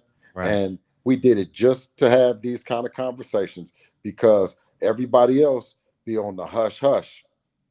You see what I'm saying? So if Victor gonna bring the light to it, because if I had one of those other guys, see, we don't even know who the other guy is, right? Because nobody else is talking about it. So is which one is better? Do you go to somebody and they're not talking about it, or do you go to somebody that the light is going to shine and you're going to be up under the scrutiny, right? I just think, here's what I know. He will forever be in question because he's doing what he was convicted of. Should be, and he should be, especially if he can bring Earl Spence's name up, and he hasn't been, right? Then when the fuck will we stop looking at Victor?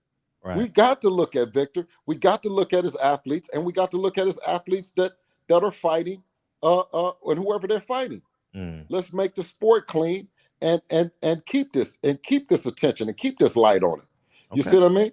Yeah, I get it. Appreciate you. When are y'all leaving? When are y'all leaving next week? Yes. We'll be in New York. We're going to New York for yeah, that's good. I forgot to even plug the fight, huh? That's right. June 4th. Well, we talk about it every night.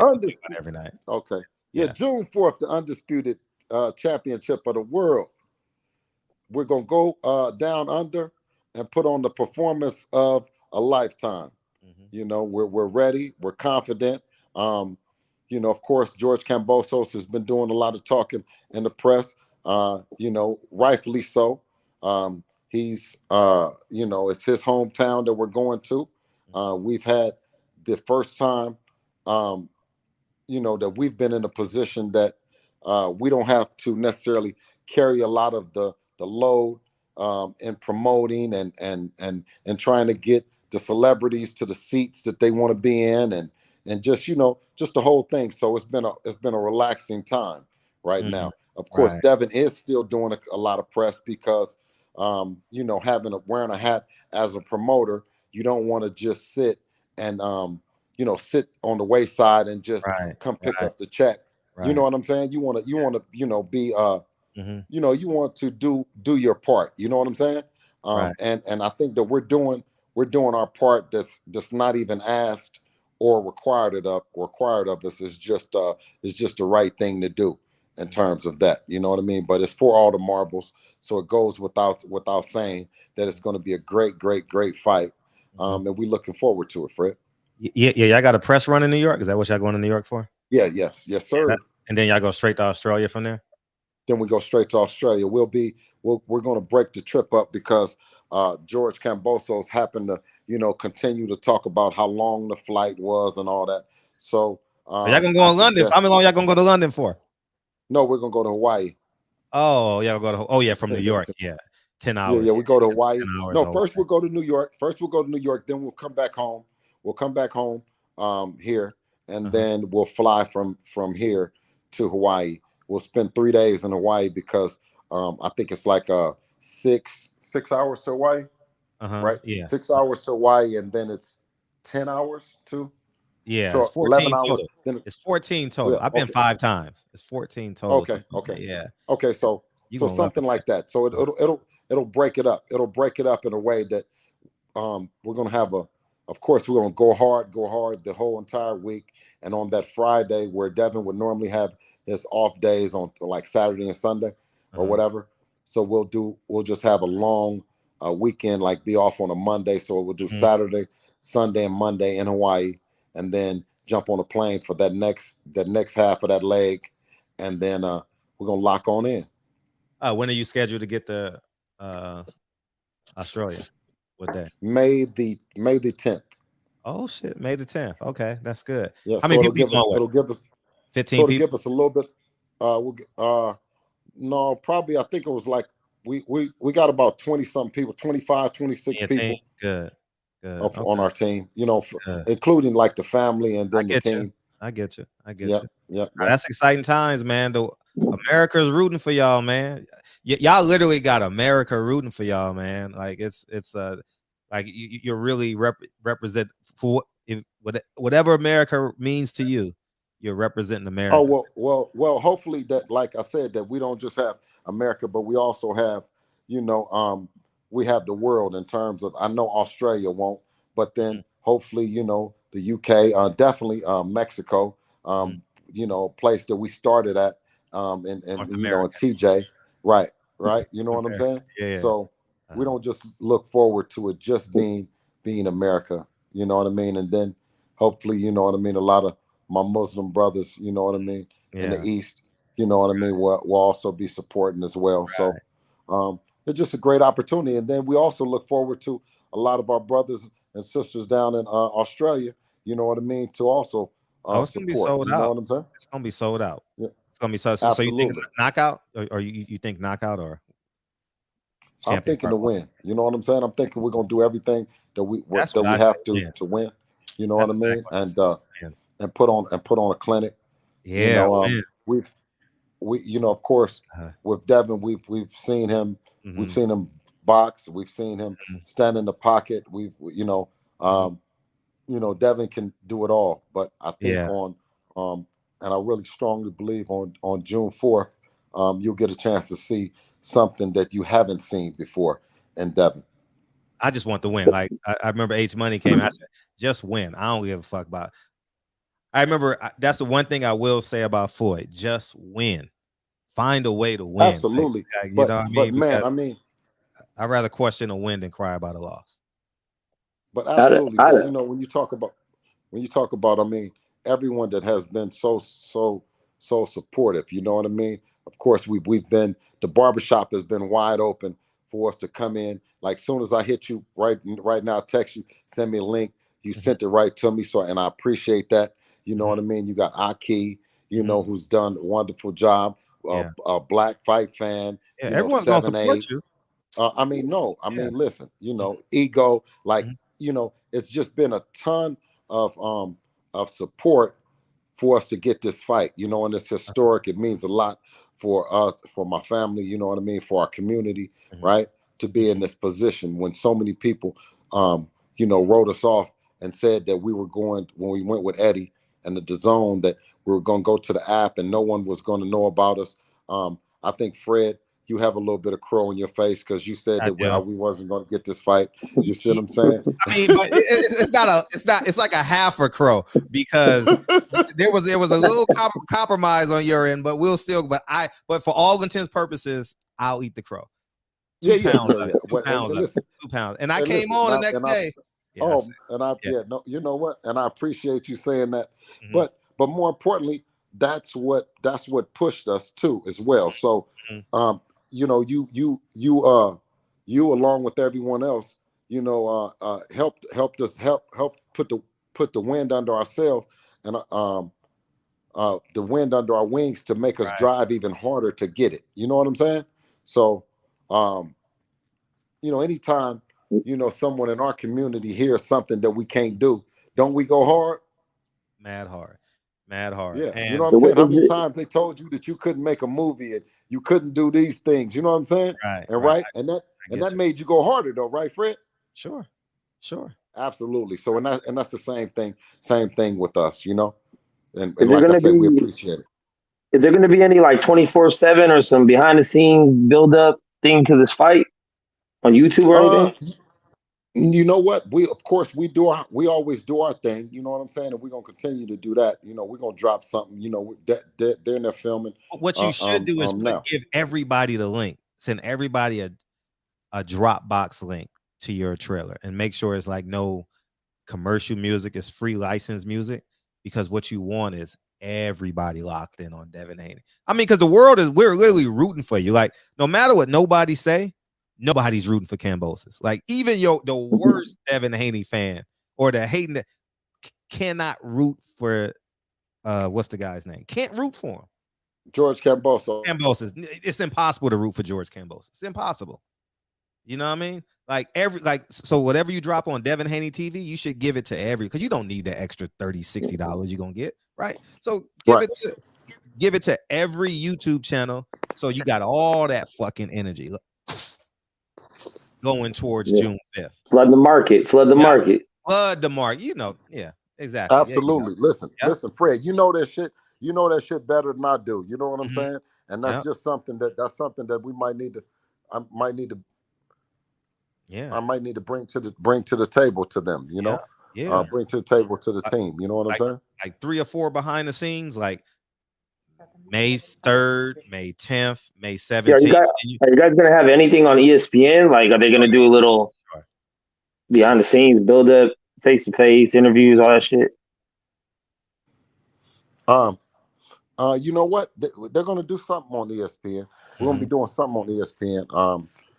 I know on May during that New York press run, we're looking to do, hopefully, you know, do something like Sway, the Breakfast Club, of course, or something like that, and as well as go by the ESPN, and then April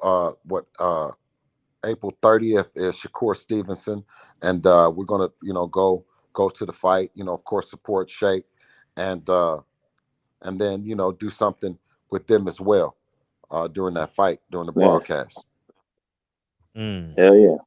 Now we're gonna make it happen, man, and yeah, man, we're looking forward to June 5th, and I can't wait.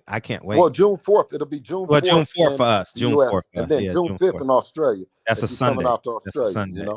Yeah, that's a Sunday. Why you don't come out with you and the kids and make a trip of it, man? The family. I mean, I think this is gonna be the first fight you to miss, man.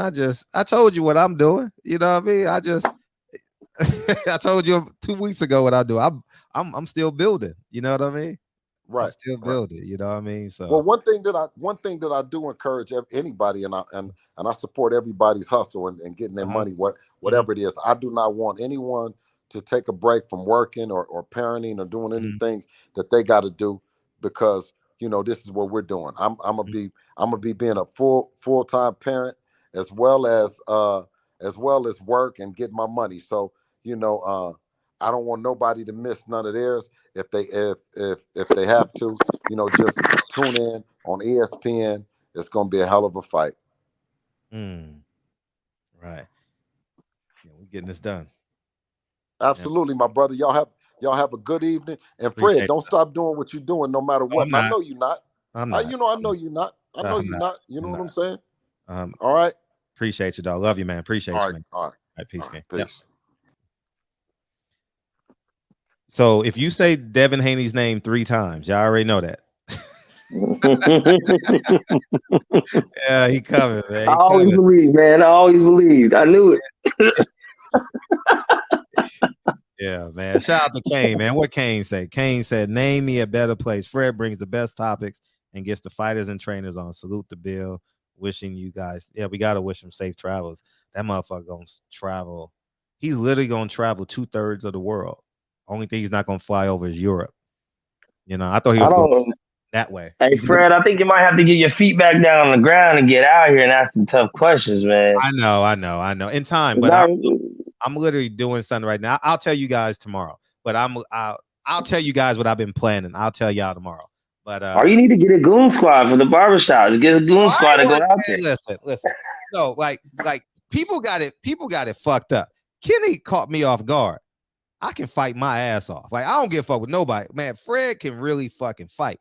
Kenny caught me off guard. So niggas think I'm sweet. Man, I will break these faces in this motherfucker. Like, I'm telling the God honest truth. You know what I mean? But anyways, people, I just, for real, Max, I've really and I know you've seen it, but you may not have understood it because you're not me. I've really been in a Zen space the last like 14 months. You know what I mean? In terms of these films, doing the research and having ISO focus. It's like when you finally commit to a girl and you say you're not gonna cheat. You don't go to clubs. You don't tend to your weaknesses. You know what I mean? Mm-hmm. Boxing is a weakness for me, for real.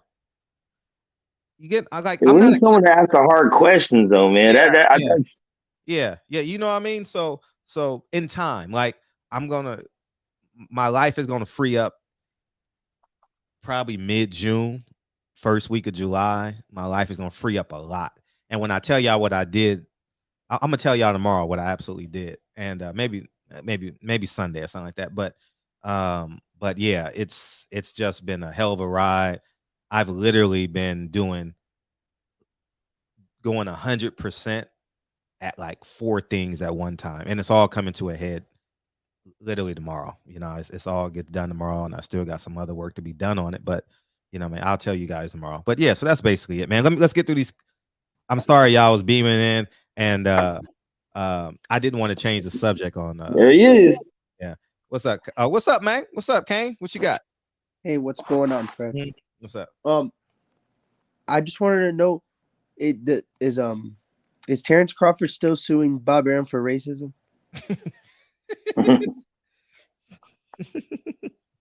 Because I saw in the press conference that Keyshawn Davis, he said that he trains with Bomac and Terrence Crawford, and obviously he's with Top Rank. So like, it's not really making too much sense to me. Like why he's in the camp, and like he shouldn't be there. He shouldn't be there. Like Terrence is. See, honestly, no, I'm not stating that he shouldn't be there. Like, no, he has no merit to his case. Like he literally just destroyed his own case. That's what I'm saying. Basically. No, literally. Why would you go inside the company's doors? It's like saying you got a bad back, but they catch you at 24-hour fitness playing basketball. You know what I mean? Or leaving 24-hour fitness all sweaty. You know what I mean? Like they gonna have a private investigator on your ass if you got a $500,000 lawsuit against them. Come on, man. And like, to me, it's like Keyshawn Davis. You could tell that Bob Arum, the way he speaks about him in the press conference, that he clearly wants to make him one of the big time stars in boxing. Who, Shakur Stevenson? No, both of them. Yeah. And Bob said something Sunday that I thought should have got more play. He said, Tyson Fury ain't retired.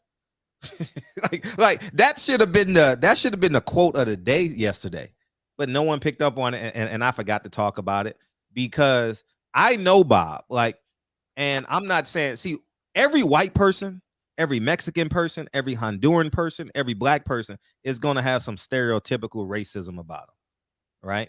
And in my head, because I'm 44, I will let someone get the first base. It's cool. I get you. Yeah, I get you. Yeah, I get you. Because I'm not willing to fight everything at 44 because I want to go home to my family, right? And so I don't attend to it. But when you start approaching second and third, I'm be like, okay, okay.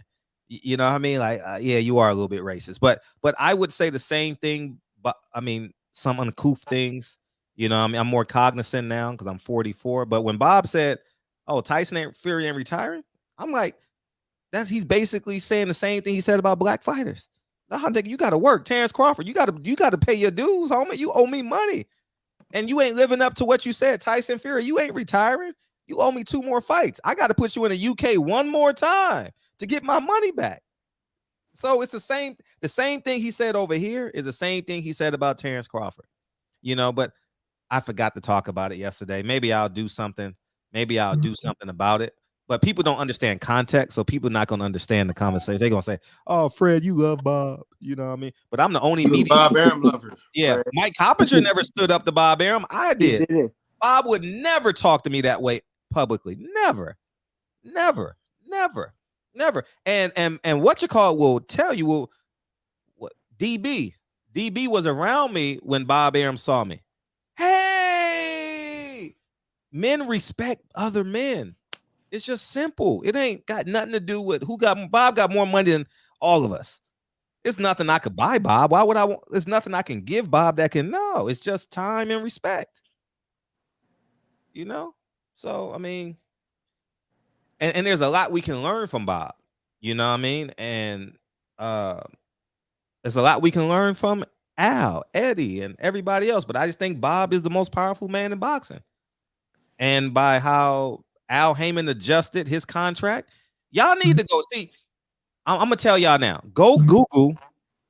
It's gonna take you about 20 minutes to find it, but go research Al Heyman versus Bob Arum court documents. You'll find it. You got to read the articles, and you'll find it. He literally made Al Heyman change his whole contract.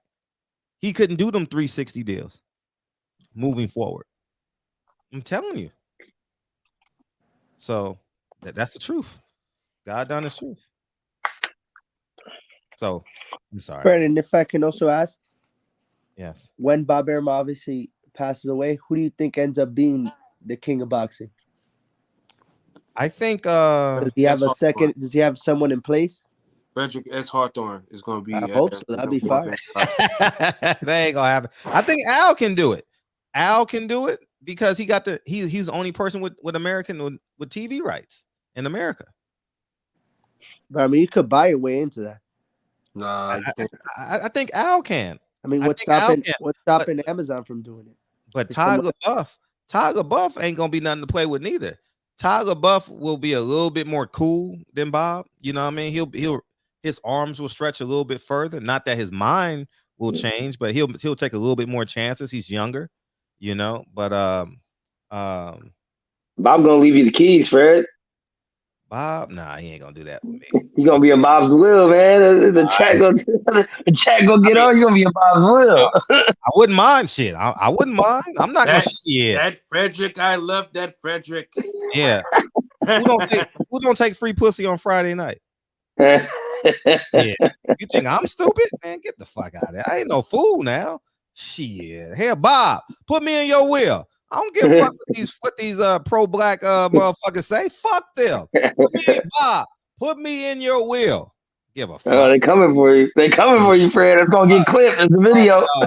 Fuck y'all in the comment section. Bob, put me in your will, dog. Put me in your will, dog. Matter of fact, next time you say, Bob, you mind put me in your will? Remind me to ask. Y'all put that in the chat. Next time Bob y'all not gonna be on because he doesn't do nights anymore. He said, Fred, I can't do them nighttime interviews, man. You know, so, but I'm gonna ask him. Fred, you can do a live stream during the day, bro. Nah, you give us a little. You can give us some juice, man. Yeah, but I could, but yeah, I'm gonna ask him, Bob, put me in your will, dog. I think I've earned a slice of that lemon meringue. No, rhubarb pie. I think I've earned a slice of that rhubarb pie, Bob. Well, I got rhubarb because he was born in 1900. Shepherd's pie. I think I've earned a slice of that shepherd's pie. You know, shit. It don't hurt to ask. Yeah, give me a lifetime position like the Lakers did Rasheed Hazard. You know, there you go. His dad, Walt Hazard, passed. You know, who was a great friend of mine. You know, you're gonna be assistant to the regional manager of Top Rank.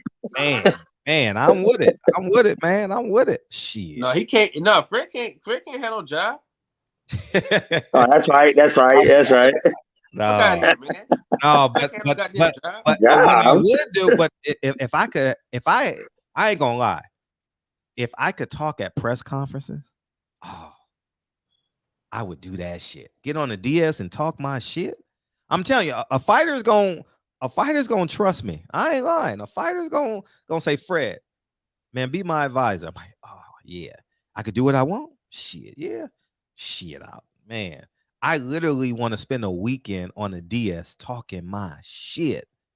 You know what I mean? Like some real shit. Like, oh man, everybody, the clip is loaded. You know, oh man, and then y'all be the media be interviewing me. Oh man, shit. Oh yeah, man, he talking that real shit. Yeah, hey, but you can't. Hey, Fred, you can't block nobody in person though. You gotta be ready for them questions. I actually want the questions. They're coming. Actually want the questions. Like I really do. So, but yeah, man, that's where we're at with it, man. Yeah, man. So I'm gonna ask Bob to give me a slice of that rhubarb pie, and all the niggas in it. Well, all the people who ain't in here are gonna be like, oh, Fred begging, but y'all not gonna get the joke. You never had rhubarb pie, Kyle? The fuck is that? I've never had it, but I've heard of it. It's what old people eat. It's what baby boomers eat. Yeah, it's old. It's old. Yeah, I lived with my grandpa for 30 years of my fucking life. I ain't never heard no rhubarb pie in my life. Rhubarb pie is a baby boomer's apple pie. No, what's in it? You ain't some rhubarb. What is it, nigga? That's what I'm asking. What is rhubarb? You got Google. You got a phone. It's like some red shit. I know that. Let me look. I used to work at Marie Callender's, so yeah, they got that Marie. Hey, when I used to get pies at Marie Callender's, they were $4.99, dog. Yeah. Now the holidays are good numbers too. Yeah, I used to get pies for $4.99, and I would take the 10 back. It'll be $4.49. Nasty ass fake cherry pie. Yeah. Yeah. So I'm gonna ask Bob. I'm seriously gonna ask Bob to put me in his will, dog. Like I think I've earned like, you know, a super part-time position at Top Rank. Shit. He gonna make you a janitor. And I could talk shit. Oh man, and I could talk. I'm like, Bob, you know what I want to do? Bob, in your will, you need to make me the speaker of Top Rank. Like, I really need to be that person. You know what I mean? And I only do Vegas fights. I don't want to go to New York. I don't want to travel on the weekend. None of that shit. I don't want to go to Oklahoma, Arizona. Just the Vegas fights. That's it. He told me a minute. Yeah, my milk of magnesia. Right. Right. I remember that shit. Yeah. Don't be a minute. Right. But yeah, man. Hey, yeah. I'm gonna ask him. I'm literally gonna ask him, man. It's Fred sad. is really on here begging the white man for a job. Absolutely. He already told him he wasn't gonna work again. Yeah, exactly. In a Malcolm X hoodie. In a Malcolm X hoodie, though. Hey, I'm making videos tonight, man. Fred is a fraud, y'all. Yeah. Everybody make a video. Say Fred go ask. I don't mind. Shit, everybody, man. Come on, man. Yeah. But yeah, it's been a good ride tonight. I appreciate Mr. Haney coming on, and I can't wait. I'm actually excited. That is the climax of this schedule. I feel like it's slightly under promoted. That's why I was asking if he's gonna be doing these, behind the scene footage type shit, because it's kind of a little under promoted for a fight of that magnitude. Yeah. On ESPN. It is, but honestly, because of the countries, it's gonna be boom. You know what I mean? It's gonna boom. Like, this is a really big fight. I think Top Rank is free and clear, because they have Inoue's fighting after them, and their unification is after Devin. So I think they're pretty clear. in terms of like notoriety and names. And they had to do good with that Fury and White because that stadium was jamming, man. God damn, that shit was crazy. Was it really 94,000 people in there? It looked like it. It fucking looked like it. Wow. I wanted to hop in the TV and just be in the building and just see what it sounded like. The first, like, every round, the crowd was just like nonstop. I felt that way on the last UK fight, the Kell Brook Amir Khan. I was like, yo, that was crazy too. That was dope. That's why I wanted to get up and watch the Triple G fight, but I just couldn't. It was like 5:30. Oh, that wasn't that. That wasn't that. It wasn't that. Yeah, I watched that one live. It wasn't that. Yeah, I was trying to look for Dre's long lost cousins. You know what I mean? Shit, Auntie. Yeah. Hey, I gave her a nickname in '97, Lil Konich. You know what I mean?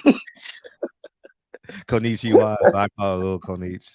Yeah, anyways. Your ass, Fred. Yeah. And that's how y'all fell in love. Lil Konich, man. Lil Konich. Fred is married to an Asian woman. Oh, my brother. Man, Lil Konich, man. Lil Konich, man. Hey, Lil Konich, man. Instead of red beans and rice, it's sticky rice. Fred is married to an Asian woman trying to tell us how to be black. Fred is married to an Asian woman. He's going to tell you not to vote Democrat. Oh man, that was a rhyme. That was bars. There you go. Yeah, but anyways, man, yeah. It's only sticky rice in the house, y'all. It's only sticky. No Uncle Ben's. None of that. No. Sorry, y'all. Sorry. Yeah, the motherfucker gonna be sticking to your fingers and shit. And you gotta do this and shit. You gotta do. You know he ain't lying. I ain't lying. You gotta do this and shit. You gotta do this and shit to get it. Oh, now it's on this finger. Oh, fuck. It's like a booger. Sticky rice is like a booger. Yeah. Oh man, I ain't lying. I'm telling y'all the truth, man. Hey, Fred, we used to at Job Corps, right? When I was a student there, I would just do crazy shit. So I would get hella the rice, and we just ball it up, nigga. We just throw it across the fucking courtyard. And just play catch that shit. That shit stuck together like glue. Oh, facts. Damn sure is. Yeah. Yeah. Y'all ready to get out of here? We spent 3 hours. Yeah. I'm ready. Yeah. Tomorrow night. Tomorrow I'm on Charleston White show, so I'll be on Charleston before this show. That's gonna be fun. So I may be a little late. And again, you did it again. You ass white. I didn't have the link. No, nigga. Put a picture up of where you're gonna be at and put it on the fucking community tab. Yeah, I will. I'll do it tomorrow because tomorrow. I'm about to. Please ask me questions about Floyd Mayweather. Please. Matter of fact, I'm gonna text. Ask me a question about Floyd. And Bob's will. and Bob's will. And some rhubarb pie. Either some shepherd's pie or rhubarb pie. Stuffing with cranberries. You know, I'm like, Bob, let me get some of that cranberries. Make sure you get some of that potato salad with raisins in it. Potato salad with raisins. You know, Fred, casserole. Yeah, but but when I do them Bob Arum interviews, the UK people come in. You know what I mean? Because you got that Bob Arum and Eddie Hearn shit. But I don't give a fuck if they don't get it. Fuck them. So, anyways, man, I appreciate. Fred, you hear me? Oh yeah. Hold on. I just want to say, if you're a betting man, bro, I think this is the lowest odds Devin Haney will be until he fights someone like Shakur Stevenson. Oh, I'm betting on Devin. I'm betting on Devin. Minus 190, bro. I think it's the lowest he'll ever be. It's gonna be lower fight night. You think so, bro? I pray to God. No, I mean, obviously live odds, they can get to where he's an underdog. I would bet 2,000 to win 1,000. Bro, I think he's a lock to win. Yeah, let's see how much. I pray. Have a good night, bro. Appreciate you, big homie. Good one. Yeah, that was fun like always, Fred. Man, I was just a fly on the wall listening to the two OGs go back and forth, you know. But I understand both. I understand both sides of the coin. Though. I understand what you're saying. I also understand what he's saying. Because I mean, as someone who's been to jail, you learn more about crimes from the criminals than the cops. You know what I'm saying? So, you know, I get if you're using it for that. Like, don't be drinking no milkshakes he's trying to give you and shit. You know what I'm saying? Stay away from anything you got to ingest. But you just gonna sit there and war room with him. Yeah, Bill know what to say. Bill know what to say, man. He from the town, man. Yeah, he know what to say. He know how to he know how to rally the troops, man. You know what I mean? And it is. Hey, you do too, Fred. You do too. Facts. I was like watching two of my uncles go back and forth in the front yard, man. Big facts. And don't forget Mickey Bay. Mickey Bay, May 21st, man. We got to support that. That's $29.99. And we also have Cordell and I forget Ammo. I want to see that shit. That's gonna be good, bro. That's my second fight I'm looking for. Number 1 is Devin and Oscar. Number 2, I don't really care about the women's main event. I'm not gonna lie to y'all, but I'm not gonna shoot them down. I like that, man. I don't even like women fighters. I fucking hate women fighting, but I've never seen her fight. Heather Hardy, right? Who's she fighting? No, Katie Taylor. I've never seen Katie Taylor fight. So, but I'm rooting for the sister, Serrano sister. So, yeah, you know, but I wish him well. I wish him well. So, anyways, I'm about to go. I'm about to go convert to Judaism, and hopefully that works. Something. I'm about to be a black Jew. I'm about. Tay Jones fights May 26th. Atlanta. Israelite. No, I don't think he's fighting because he got some other shit going on. Okay. That's an inside scoop right there. That's an inside scoop. Yeah, that hurt my feelings, man. Because me and wifey was getting ready to go. Because I need excuses to go to places, man. Because I got kids, so I can't just say, all right, well, I'm gonna go out of town and have fun. No, it's got to be like work and then fun. You know what I mean? Yeah. That's how I justify. Next week is May, dog. Next week is May. We got Canelo next week. I'm really interested in that fight. I don't have Canelo as the favorite in that fight. I don't. I'm looking forward to that Canelo fight. by stoppage. Forward to a colonoscopy. I don't have Canelo as the. I think the odds are just upside down in that fight. I think it's way closer than what it really is. And what is it? Plus something? Plus 400? I'm gonna bet 200 on it.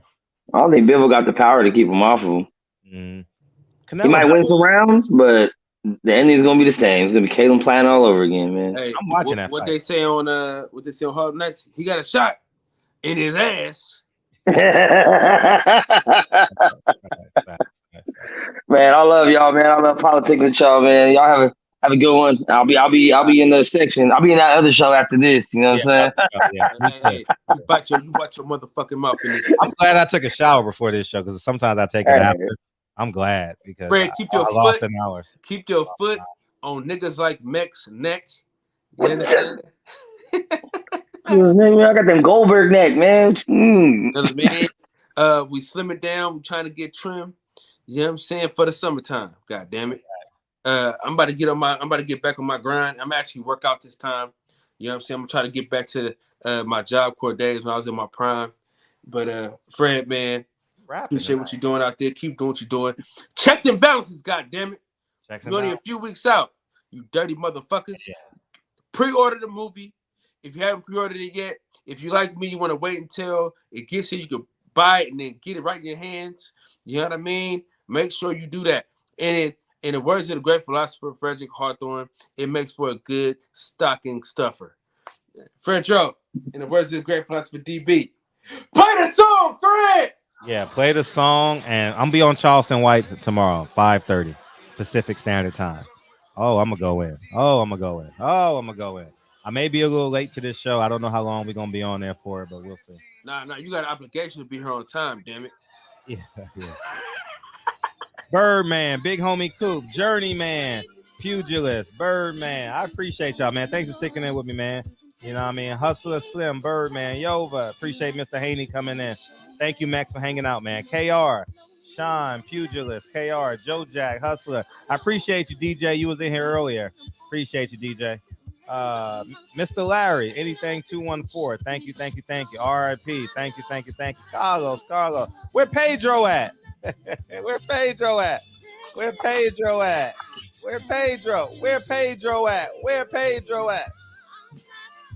People's What's up, Rich? is Hey, Rich, we got in another film festival yesterday, but we don't need it on the flyer, so it's cool. Hey, North Carolina. I got a North Carolina Film Festival. I'm trying to get in there, but I don't know if I got in yet. Yeah. Did you submit to that? Yeah. Fingers crossed for you. You know what I mean? I'm you know what I'm gonna do next time though, man. Now that I got the formula and which I want to do and how I need to do it, it's gonna be a better film next time. So when I start shooting in October, it's gonna be a way better film. You understand like camera angles and all that, and yeah. But you jumped in the deep end of the pool. You know what I mean? It's no like perfect place to start. You jumped in, you made a film, you completed the project. That was the hardest part, was finishing that shit, you know? Yeah, that shit is fucking. I commend you. I think that's amazing. That, man, I think that's amazing. Yeah. Do a film on location, Philadelphia, in the trap. And you did it with minimum, like the budget was not. No. Yeah, see? See what I mean? See what I mean? So when you put that in perspective, you like a superhero. You like a single mom. You know what I mean? You just make it work. Or a single dad. You just made it. You. I'm serious. You figured the shit out. You know what I mean? We coming for some more shit though, Fred. Yeah. I got a couple of homies. We got cars from the 90s. So I'm gonna try to do like a little short film around that.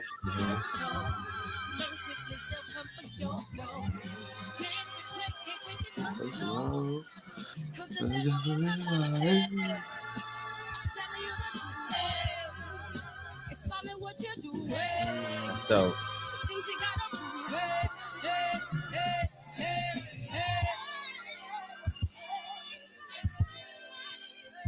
Shine King quit Twitter. Hey, that motherfucker Elon Musk is a motherfucker, ain't he? He a beast. I don't know his political views or nothing like that. I know he's an atheist, but the beautiful thing about it is he's an atheist. You know what I mean? Like he don't give a fuck. I think I don't know. He ain't got no morals, no values, none of that shit, dog. He don't give a fuck. Yeah, I hope you don't fuck up Twitter for me though, man, because I got a Twitter for one reason and one reason only, and that's filth. So I just hope you don't fuck up the filth factor. Yeah, leave the filth alone. You know what I'm saying? Just own that shit. Yeah, leave. We'll see. I don't know nothing about his policies. I don't know nothing, but I'm in support of free speech. You know what I mean? Because that's gonna force YouTube to open up their shit. You know what I mean? Because if Twitter starts. Because Twitter, you know what Twitter gonna do? Twitter gonna be a motherfucking YouTube. Oh, you can monetize here too. You know what I mean? And I would do well on Twitter. You know what I mean? Shit. Unfiltered? Shit. I'll be on Twitter 20 tweets a day. All right, love y'all, man. I'm gone, man. Love it.